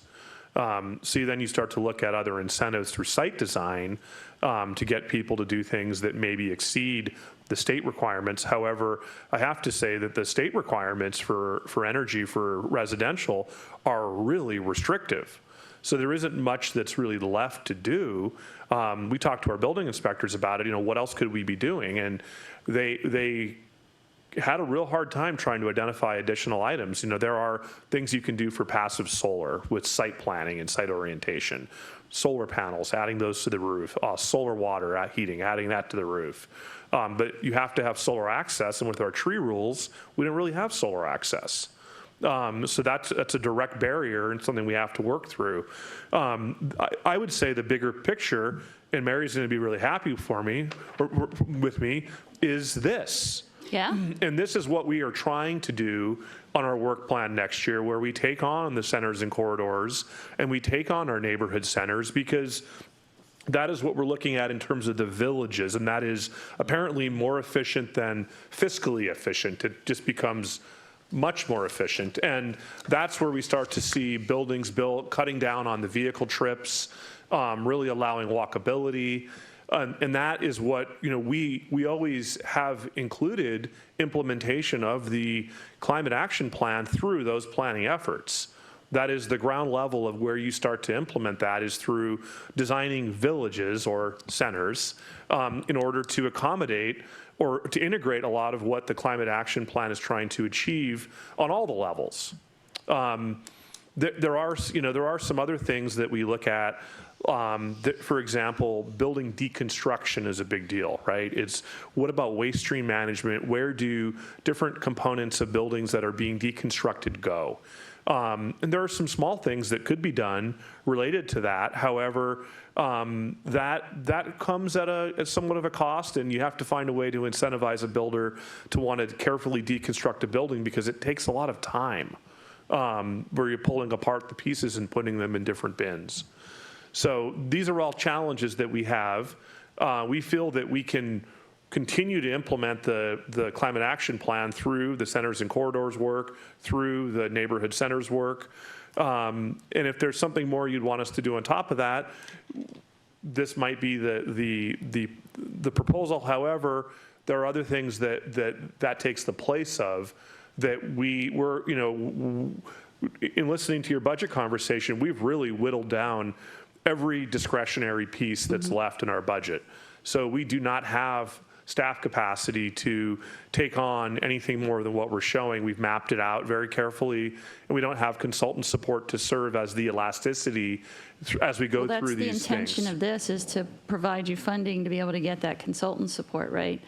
So for example, right, and I've talked about this so often, but the People for Climate Action brought us an amendment to amend the building code update, right? It was a simple amendment, and your response, which was completely appropriate, was, hey, well, we have to take it through the process, and we have no capacity to do that. So how do we get capacity when these small short-term wins can come up so that we don't just keep saying, yeah, there's stuff we could do, but we don't have any capacity. So that's what I'm looking for, is how do we get you some budget so you can have the consulting elasticity to take some of these things on? Because as of right now, in our little own Sammamish wedge analysis in our climate action plan, we don't have any actions to get that, right?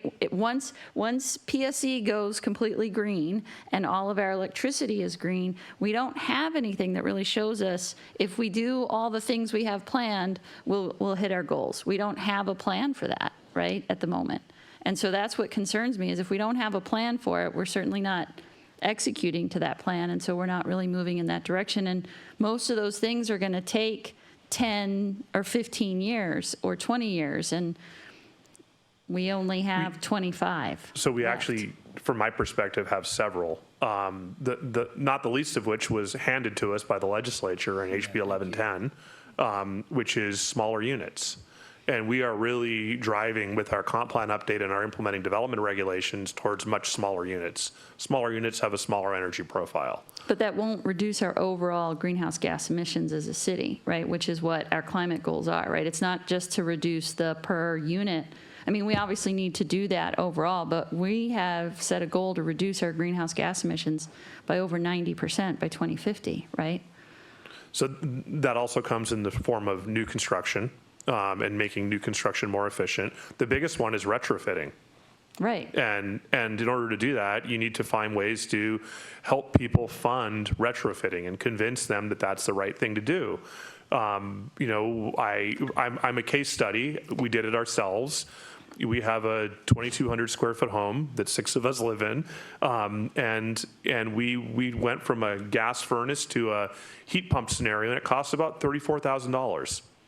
So it is not cheap to do. And in order to convince somebody that that is the right thing to do, you have to find a way to help offset that, whether it's through permitting, expedited permitting, whether it's through the cost of the equipment, whether it's connecting them with preferred consultants or preferred contractors. And we are working on that already. Rachel could speak to that more than I could, but that is something that the addition of the climate coordinator, or that the sustainability coordinator position has led to.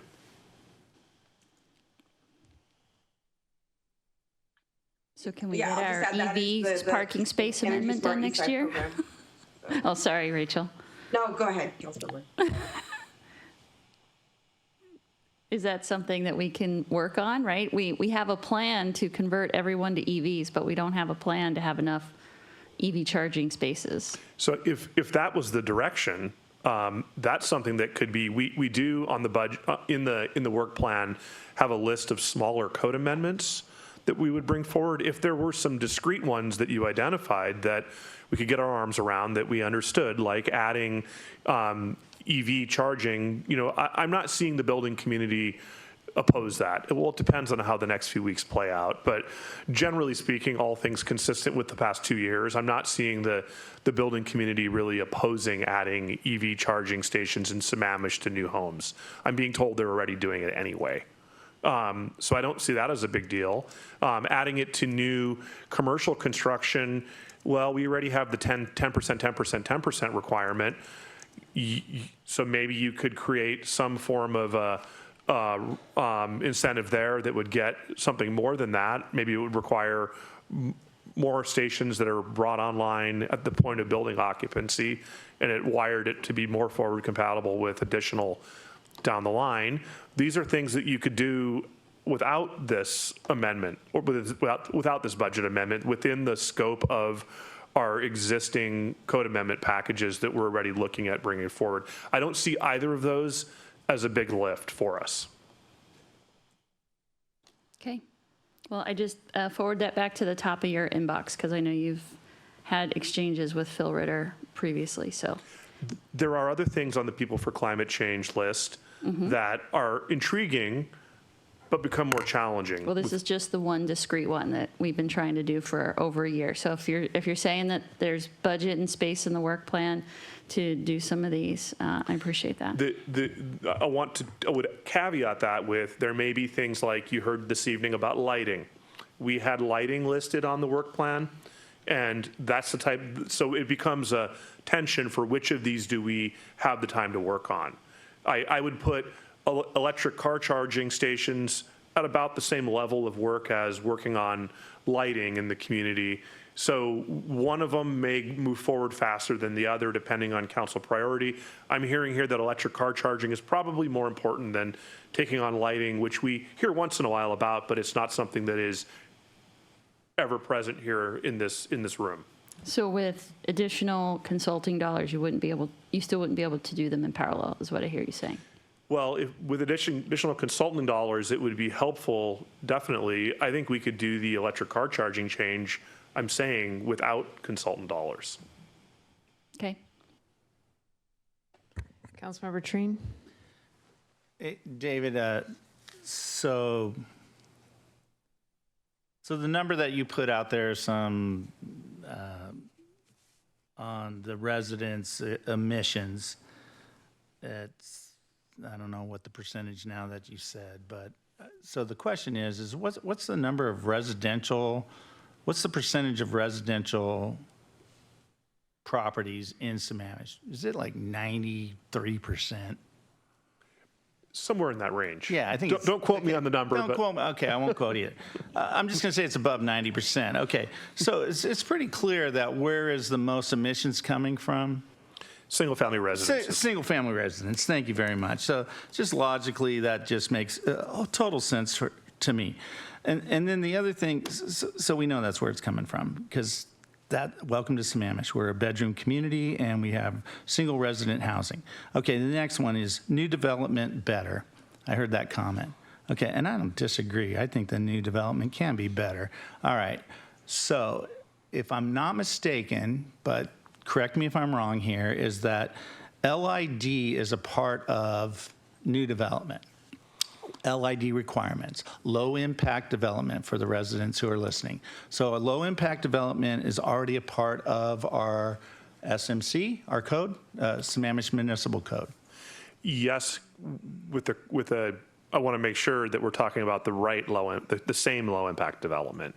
There are different eras of the term low impact development that mean different things.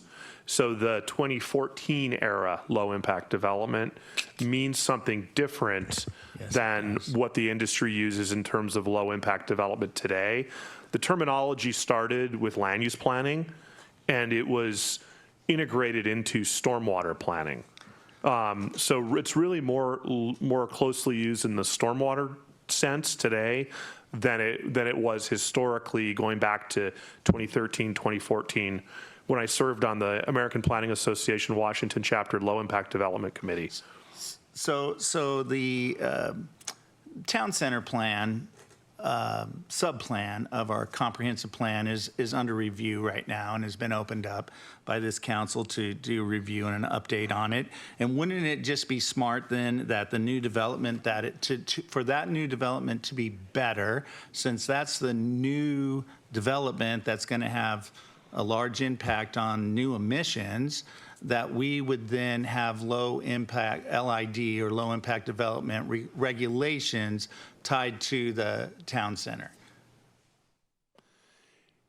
If we're talking about low impact development in terms of things like solar access and building orientation, site planning, minimizing grading. Yeah, those are the nine basics. Those are the core principles of the traditional low impact development. Yeah, perfect. So, because I'm just looking at it going, so then the other part is, so have we already approved the budget? Because I'm looking at like, okay, I don't want to spend more money, but we've already spent money. We're spending money right now as a council to do this study on the town center sub-area plan. And so wouldn't it be wise of this council then to approve LID on new development that meets the new, based on scientific data, the new requirements for low impact development? And aren't we already then paying for that to be studied and brought forward to us here in the next 2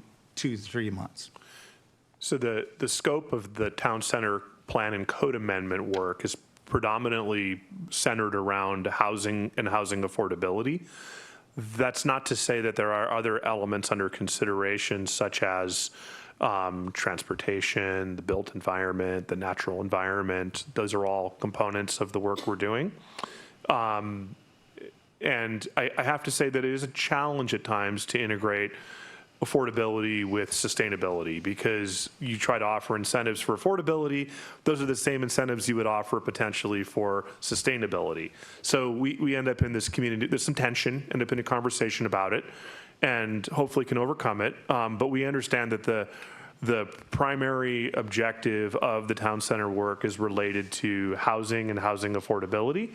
That's to say that, the village concept here with additional density does provide a lower impact development. It is more efficient to service in terms of roads and utilities, and ultimately the value in terms of the tax return per square foot. You've seen the other charts that show the 3D model of how this plays out goes up as well. So on all fronts, we believe, and we've centered our comprehensive plan around the future land use map around trying to grow as a community in villages or centers, because it is more economically viable and responsible, as well as more environmentally sustainable. Yeah, so here's where I run into a challenge then, because I don't disagree with what you're saying, by the way, is that, if you build more density, you build it taller, you build it more dense in those certain areas, and you could save more trees, then the reality is you're getting the best of both worlds. Volume or housing that would be available at an maybe affordable price, whatever that means, at what level. I only mean that by what level, right? Is it 100%, 80%, 50%? Okay, are we going to build any 30%? Maybe, maybe not. Okay. But at the same time, if by building that, I would actually get the trees, which are also helping me with my emissions because they're going to take in the CO2 and produce oxygen for me, yay, right? So the common good of the trees, more trees I can save, and the denser I can make the units, then I, in a sense, I have a possible win-win situation. Here's my challenge, right? Because it's not that I disagree with this. It's what it is the consultants came and sat in front of us the other night and just told us that's not even feasible. Today. So I'm trying to balance that. I'm trying to approve a budget, and I'm trying to do this at the same time. I mean, I think my point that I'm trying to make is that what they did tell us was feasible today, and that we're going to see a lot of permitting activity on in the town center and out there because of 1110 and middle housing, is townhomes. You're going to see townhomes. And what the state's telling us we can't change are energy requirements for townhomes. So we could put a lot of work in place to explore code changes, policy changes related to mid-rise and to mixed-use development and commercial development, but we don't forecast having a lot of mixed use and commercial development in the near future. That would come down the line when the market conditions are right, but for block 5, 6, 7, and 9 in town center, because I do see those coming down the line. They've already started the entitlement process, and it's likely that we'll see permits for those sometime in late 26 or 27. But anything outside of that, we do not forecast a lot of commercial or multifamily or mixed-use development for several years following that. And so what do you, I mean, just a ballpark, David, it's not, I won't hold you to this, but in your professional opinion, then what is the city of Sammamish going to see when it comes to the parcels that have the ability to do single-family homes on them still? Because that doesn't just go away. Those properties still, those people have rights, and they have the ability to build on those properties. Absolutely, and there is capacity in the R zones. And based on the future land use map that we put together and based on our middle housing proposed regulations, there are basically 3 different models for which those could continue to build out. The first model would be somebody could build single-family homes, and keep in mind with development regs update phase 1 and phase 2, we did ratchet down on the development regulations and controls around those. So we're starting to see smaller buildings being built as a result of that, but we're still seeing homes in 3,500 to 4,200 square foot range.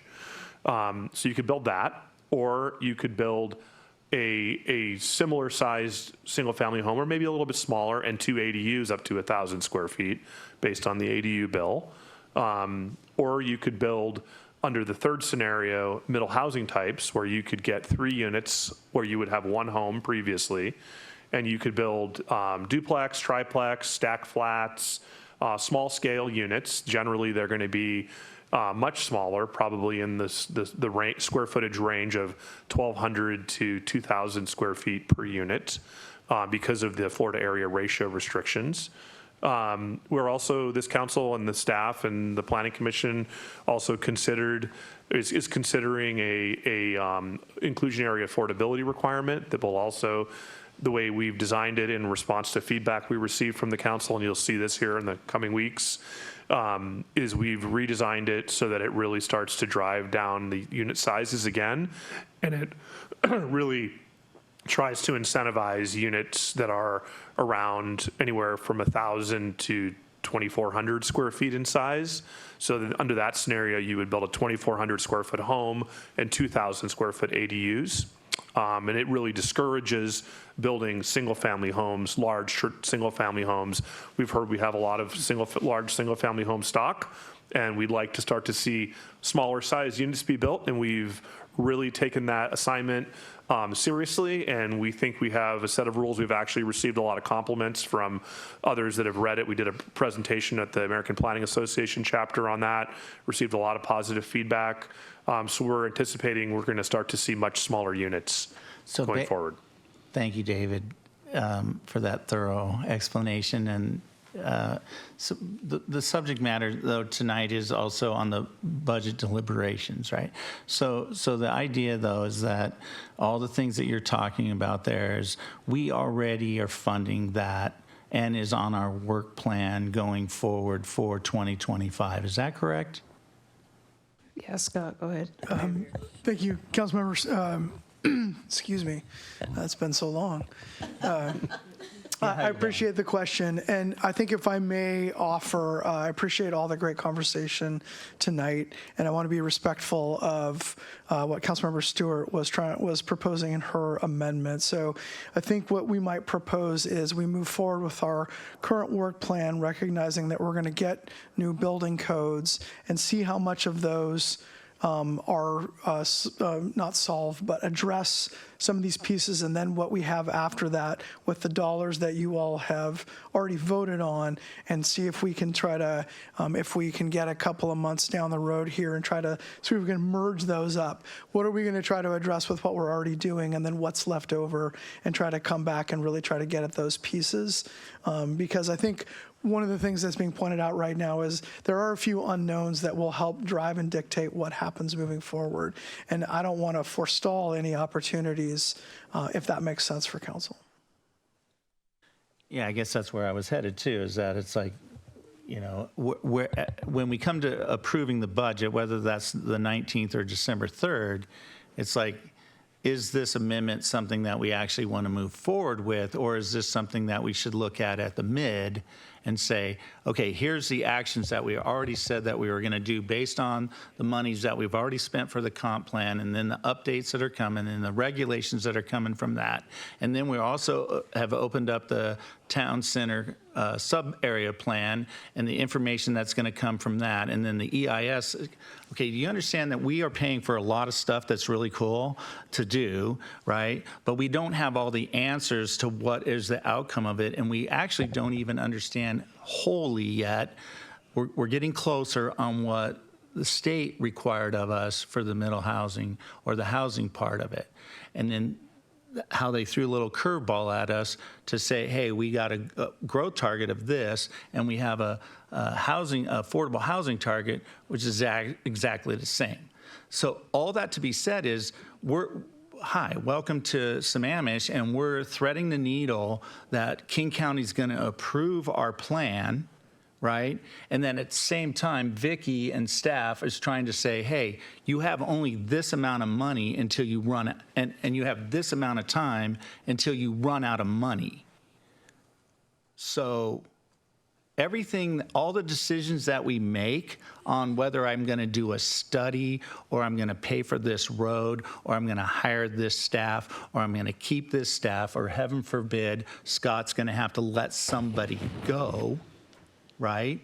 Because I need one, hey, already that's what you did when you made this vote the other night. Sebastian's gone. So isn't Sebastian going to, really?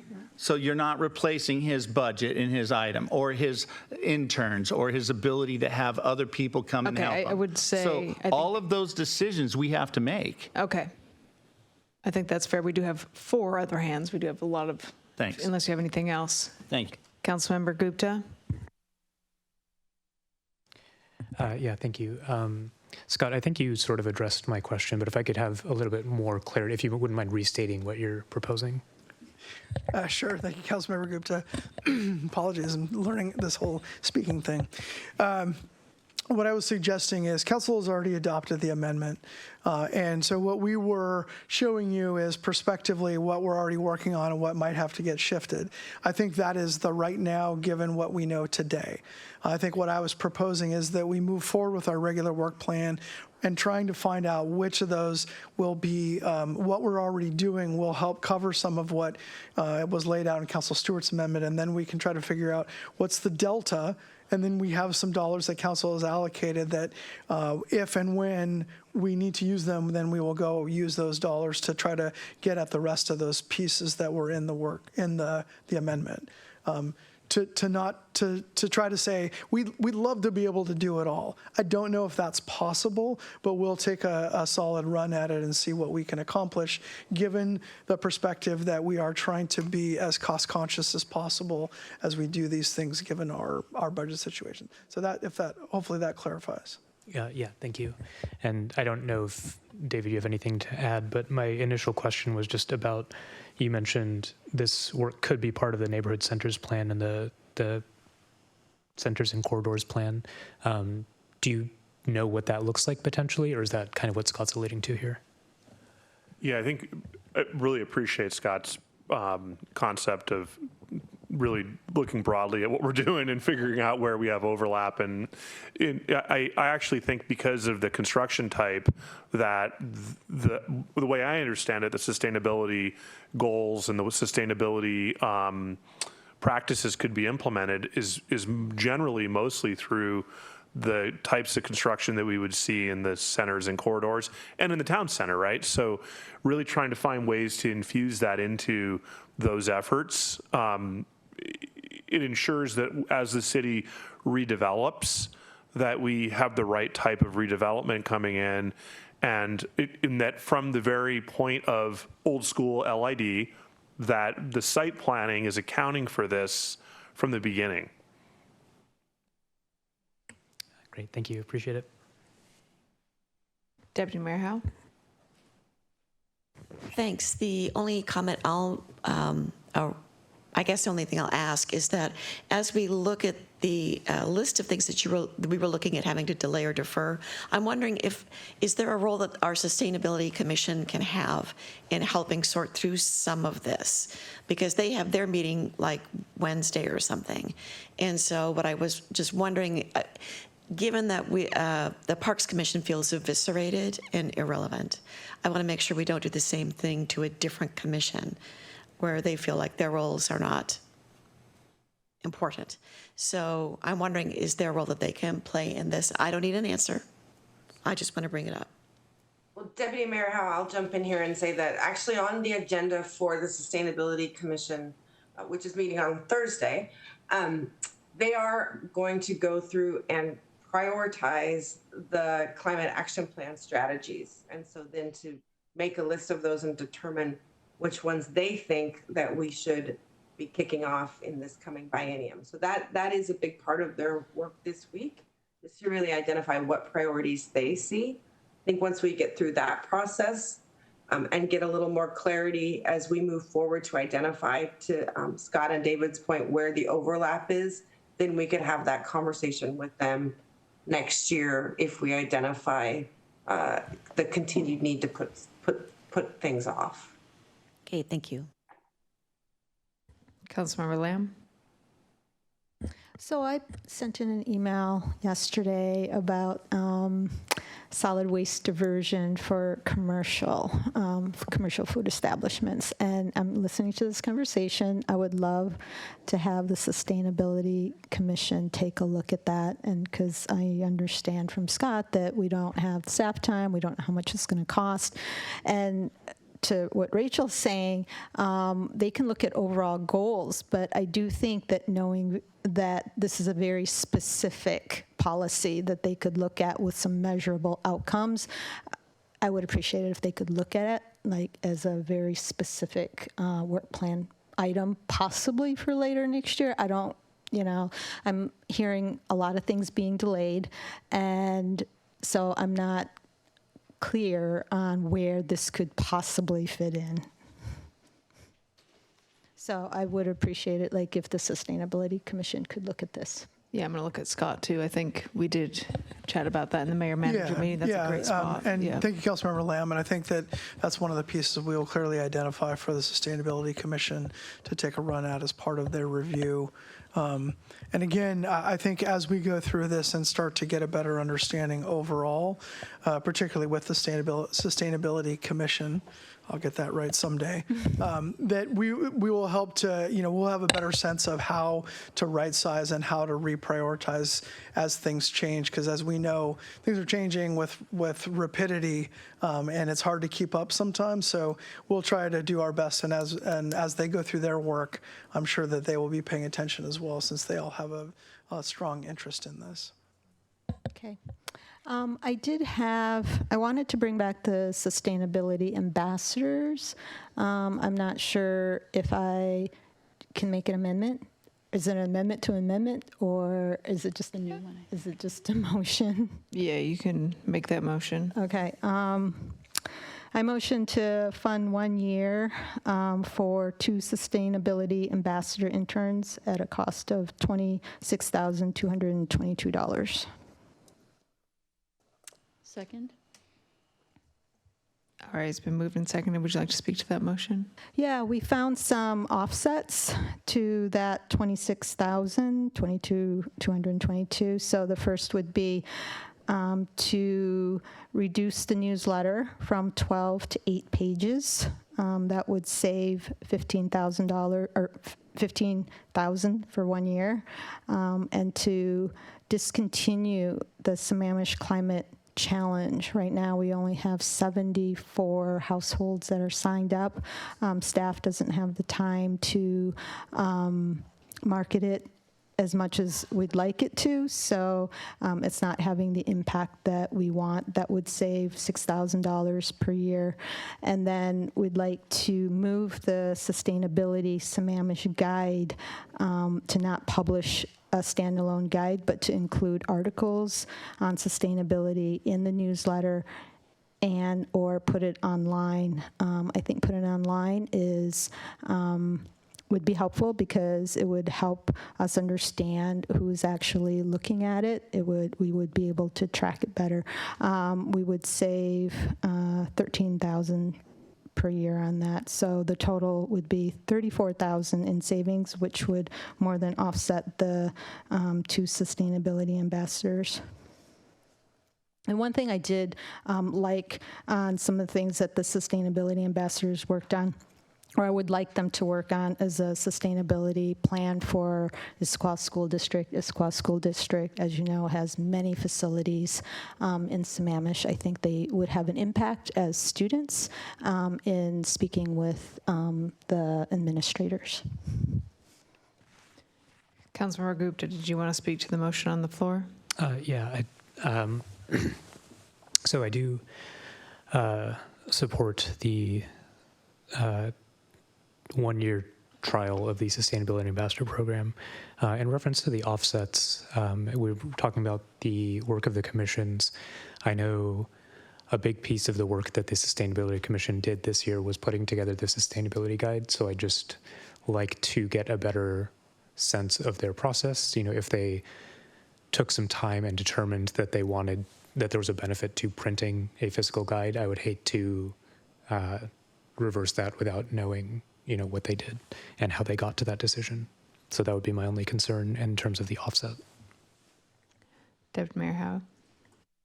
My only concern on terms of the offset has to do with the newsletter, because we are digital immigrants. Many of the kids we live with are digital natives, but a large percentage of our population, they have not immigrated to digital, and it disadvantages them. And you just asked to put more sustainability articles in a newsletter that is now shorter.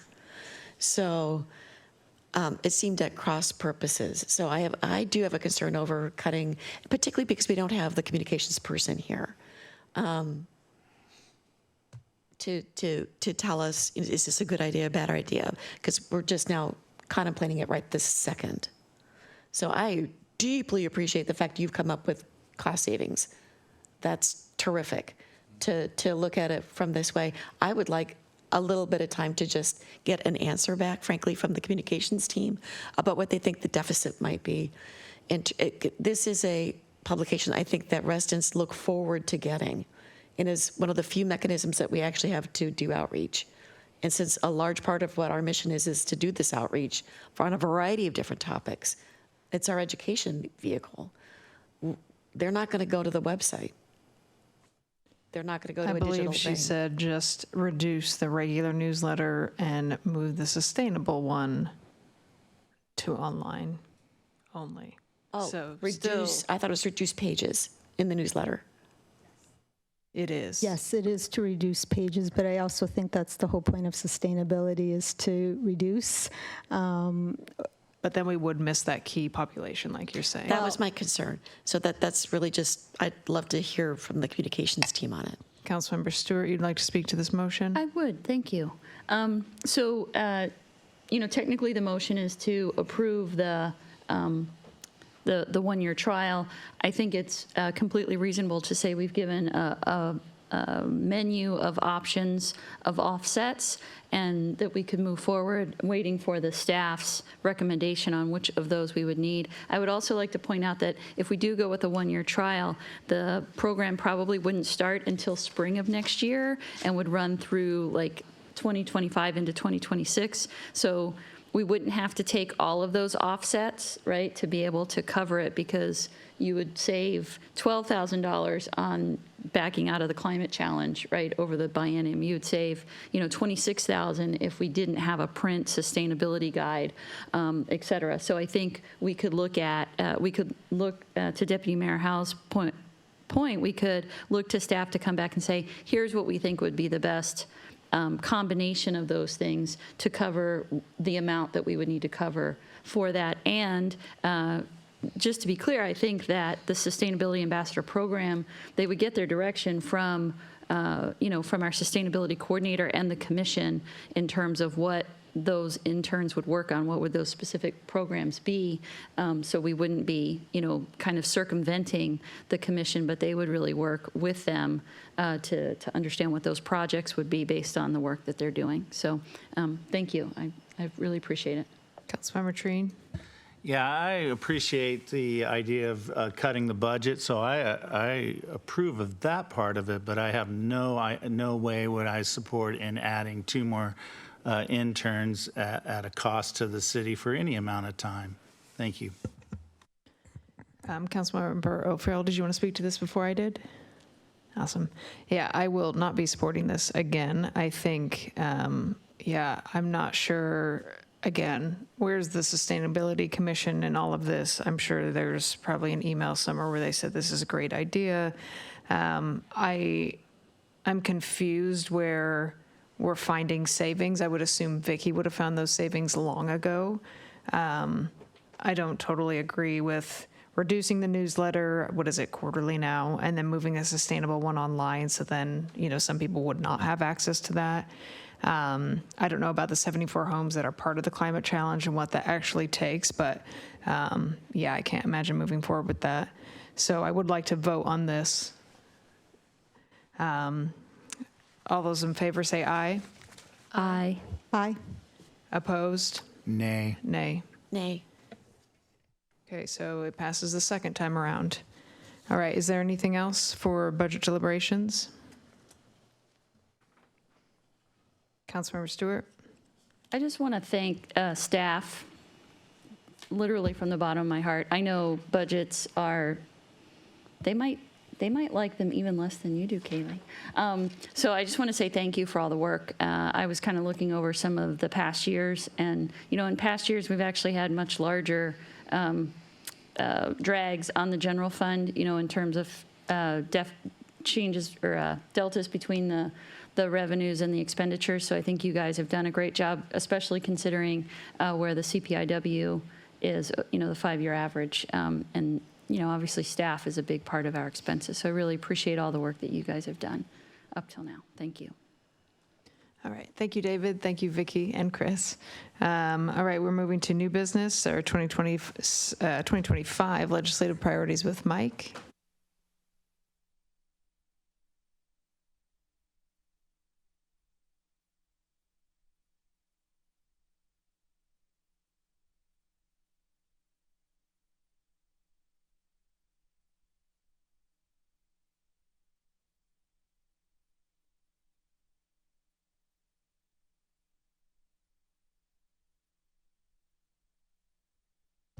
Thank you for your patience while we get set up.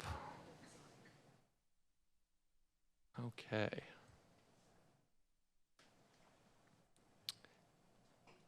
Good evening, Council. My name is Mike Sugg, Supervising Management Analyst in the City Manager's Office, joined by Luke Esser, one of our 2 city lobbyists here with us tonight.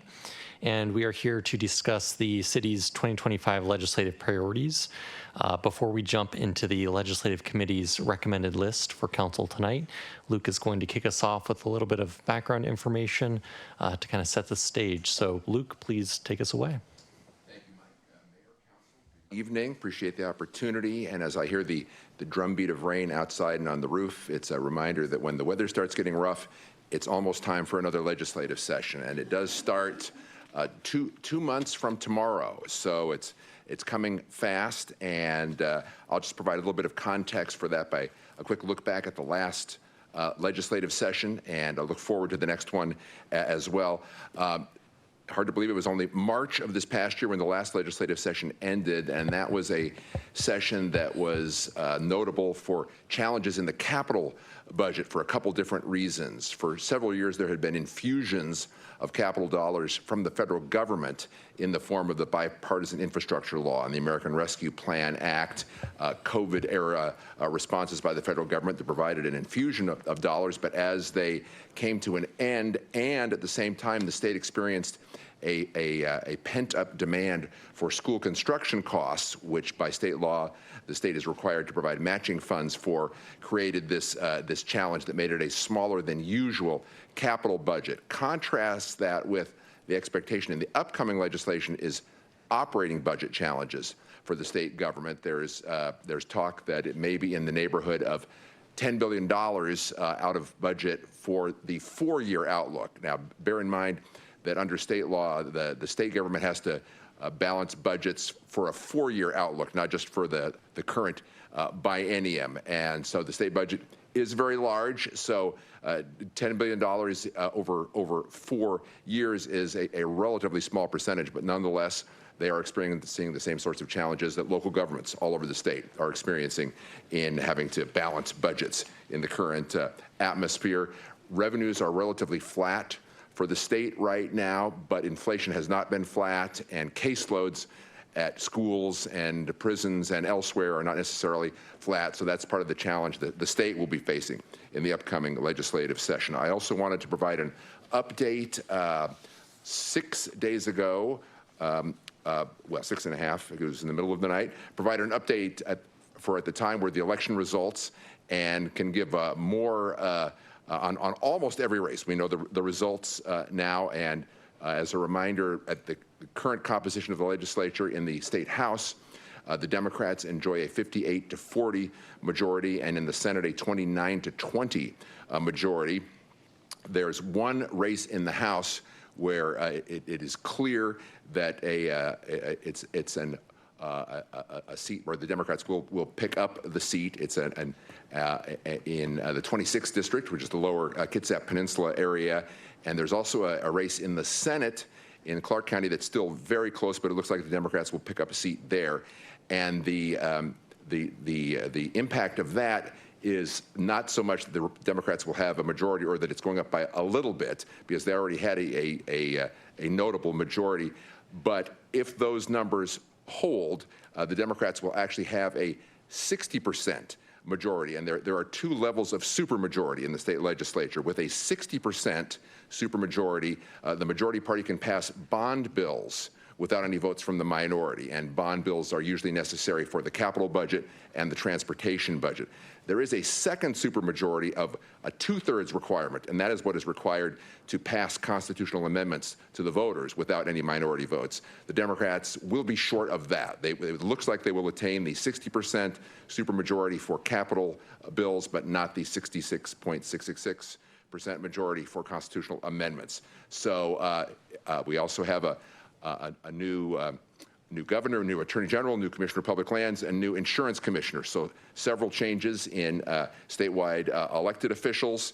And finally, I wanted to mention, just for context before your deliberations, the AWC has adopted their legislative priorities for the upcoming year, and they have tiers. And in their first tier are fiscal sustainability, which is the issue of the 1% property tax limit and the desire to increase that to 3%, public safety, infrastructure investments, increasing housing supply, and increasing behavioral health treatment capacity statewide. And with that general overview, I'll turn it back over to Mike to present the specific items proposed for the city's legislative agenda. Great, thank you, Luke. So as council will recall, on October 1st, you assigned a committee to develop a recommended list of priorities for the upcoming session. That committee was comprised of Deputy Mayor Howe, as well as council members Lamb and Stewart, alongside staff and our contracted lobbyists. The recommendation from the committee centers around 4 main topics for the front side of the document. And the first one here is a request for funding to complete an alternatives analysis on a section of East Lake Sammamish Parkway that has settled approximately 6 inches in 6 years. This section of the parkway lies about 800 feet south of the Inglewood Hill intersection. And the analysis will look at whether the city should focus on stabilizing it or completely rebuilding it. The second item on the front side of the legislative priorities is a request for the legislature to reauthorize the $515,000 that was appropriated to the city for the George Davis Creek Fish Passage Project in the 2019-2021 capital budget. This has been carried forward to subsequent budgets since that 19 to 21 capital budget, but we recently received notice from the Department of Commerce that the upcoming budget may be tighter and we may need to be more proactive in requesting this funding be reauthorized in the upcoming budget. So the committee has recommended this be included as one of our priorities to make sure we don't lose this funding for this project that is now moving forward after the resolution of the litigation. Our third item on the front page is a continuation of the item that we had previously, which was supporting progressive and realistic city revenue options. The only real change here was under the progressive revenue options heading. The committee added an example of the local option graduated real estate excise tax to add more specificity as to what we might want to seek. Fourth item is also a continuation of what we had on our legislative priorities for this current year, and that is to continue to support cities' efforts to implement climate actions. The committee added some specificity, as they did in the previous section, to the Climate Commitment Act funding sub-item by requesting grants to incentivize low and middle income home electrification. On the backside, as always, are items that the city supports but is not taking the lead on. These are more regional issues. This would include things such as affordable housing. The language here largely mirrors what the Regional Coalition for Housing, ARCH, put forward on their legislative priorities. We also have multimodal transportation improvements, behavioral health resources, and funding for public schools. All of these were on our list in the current year.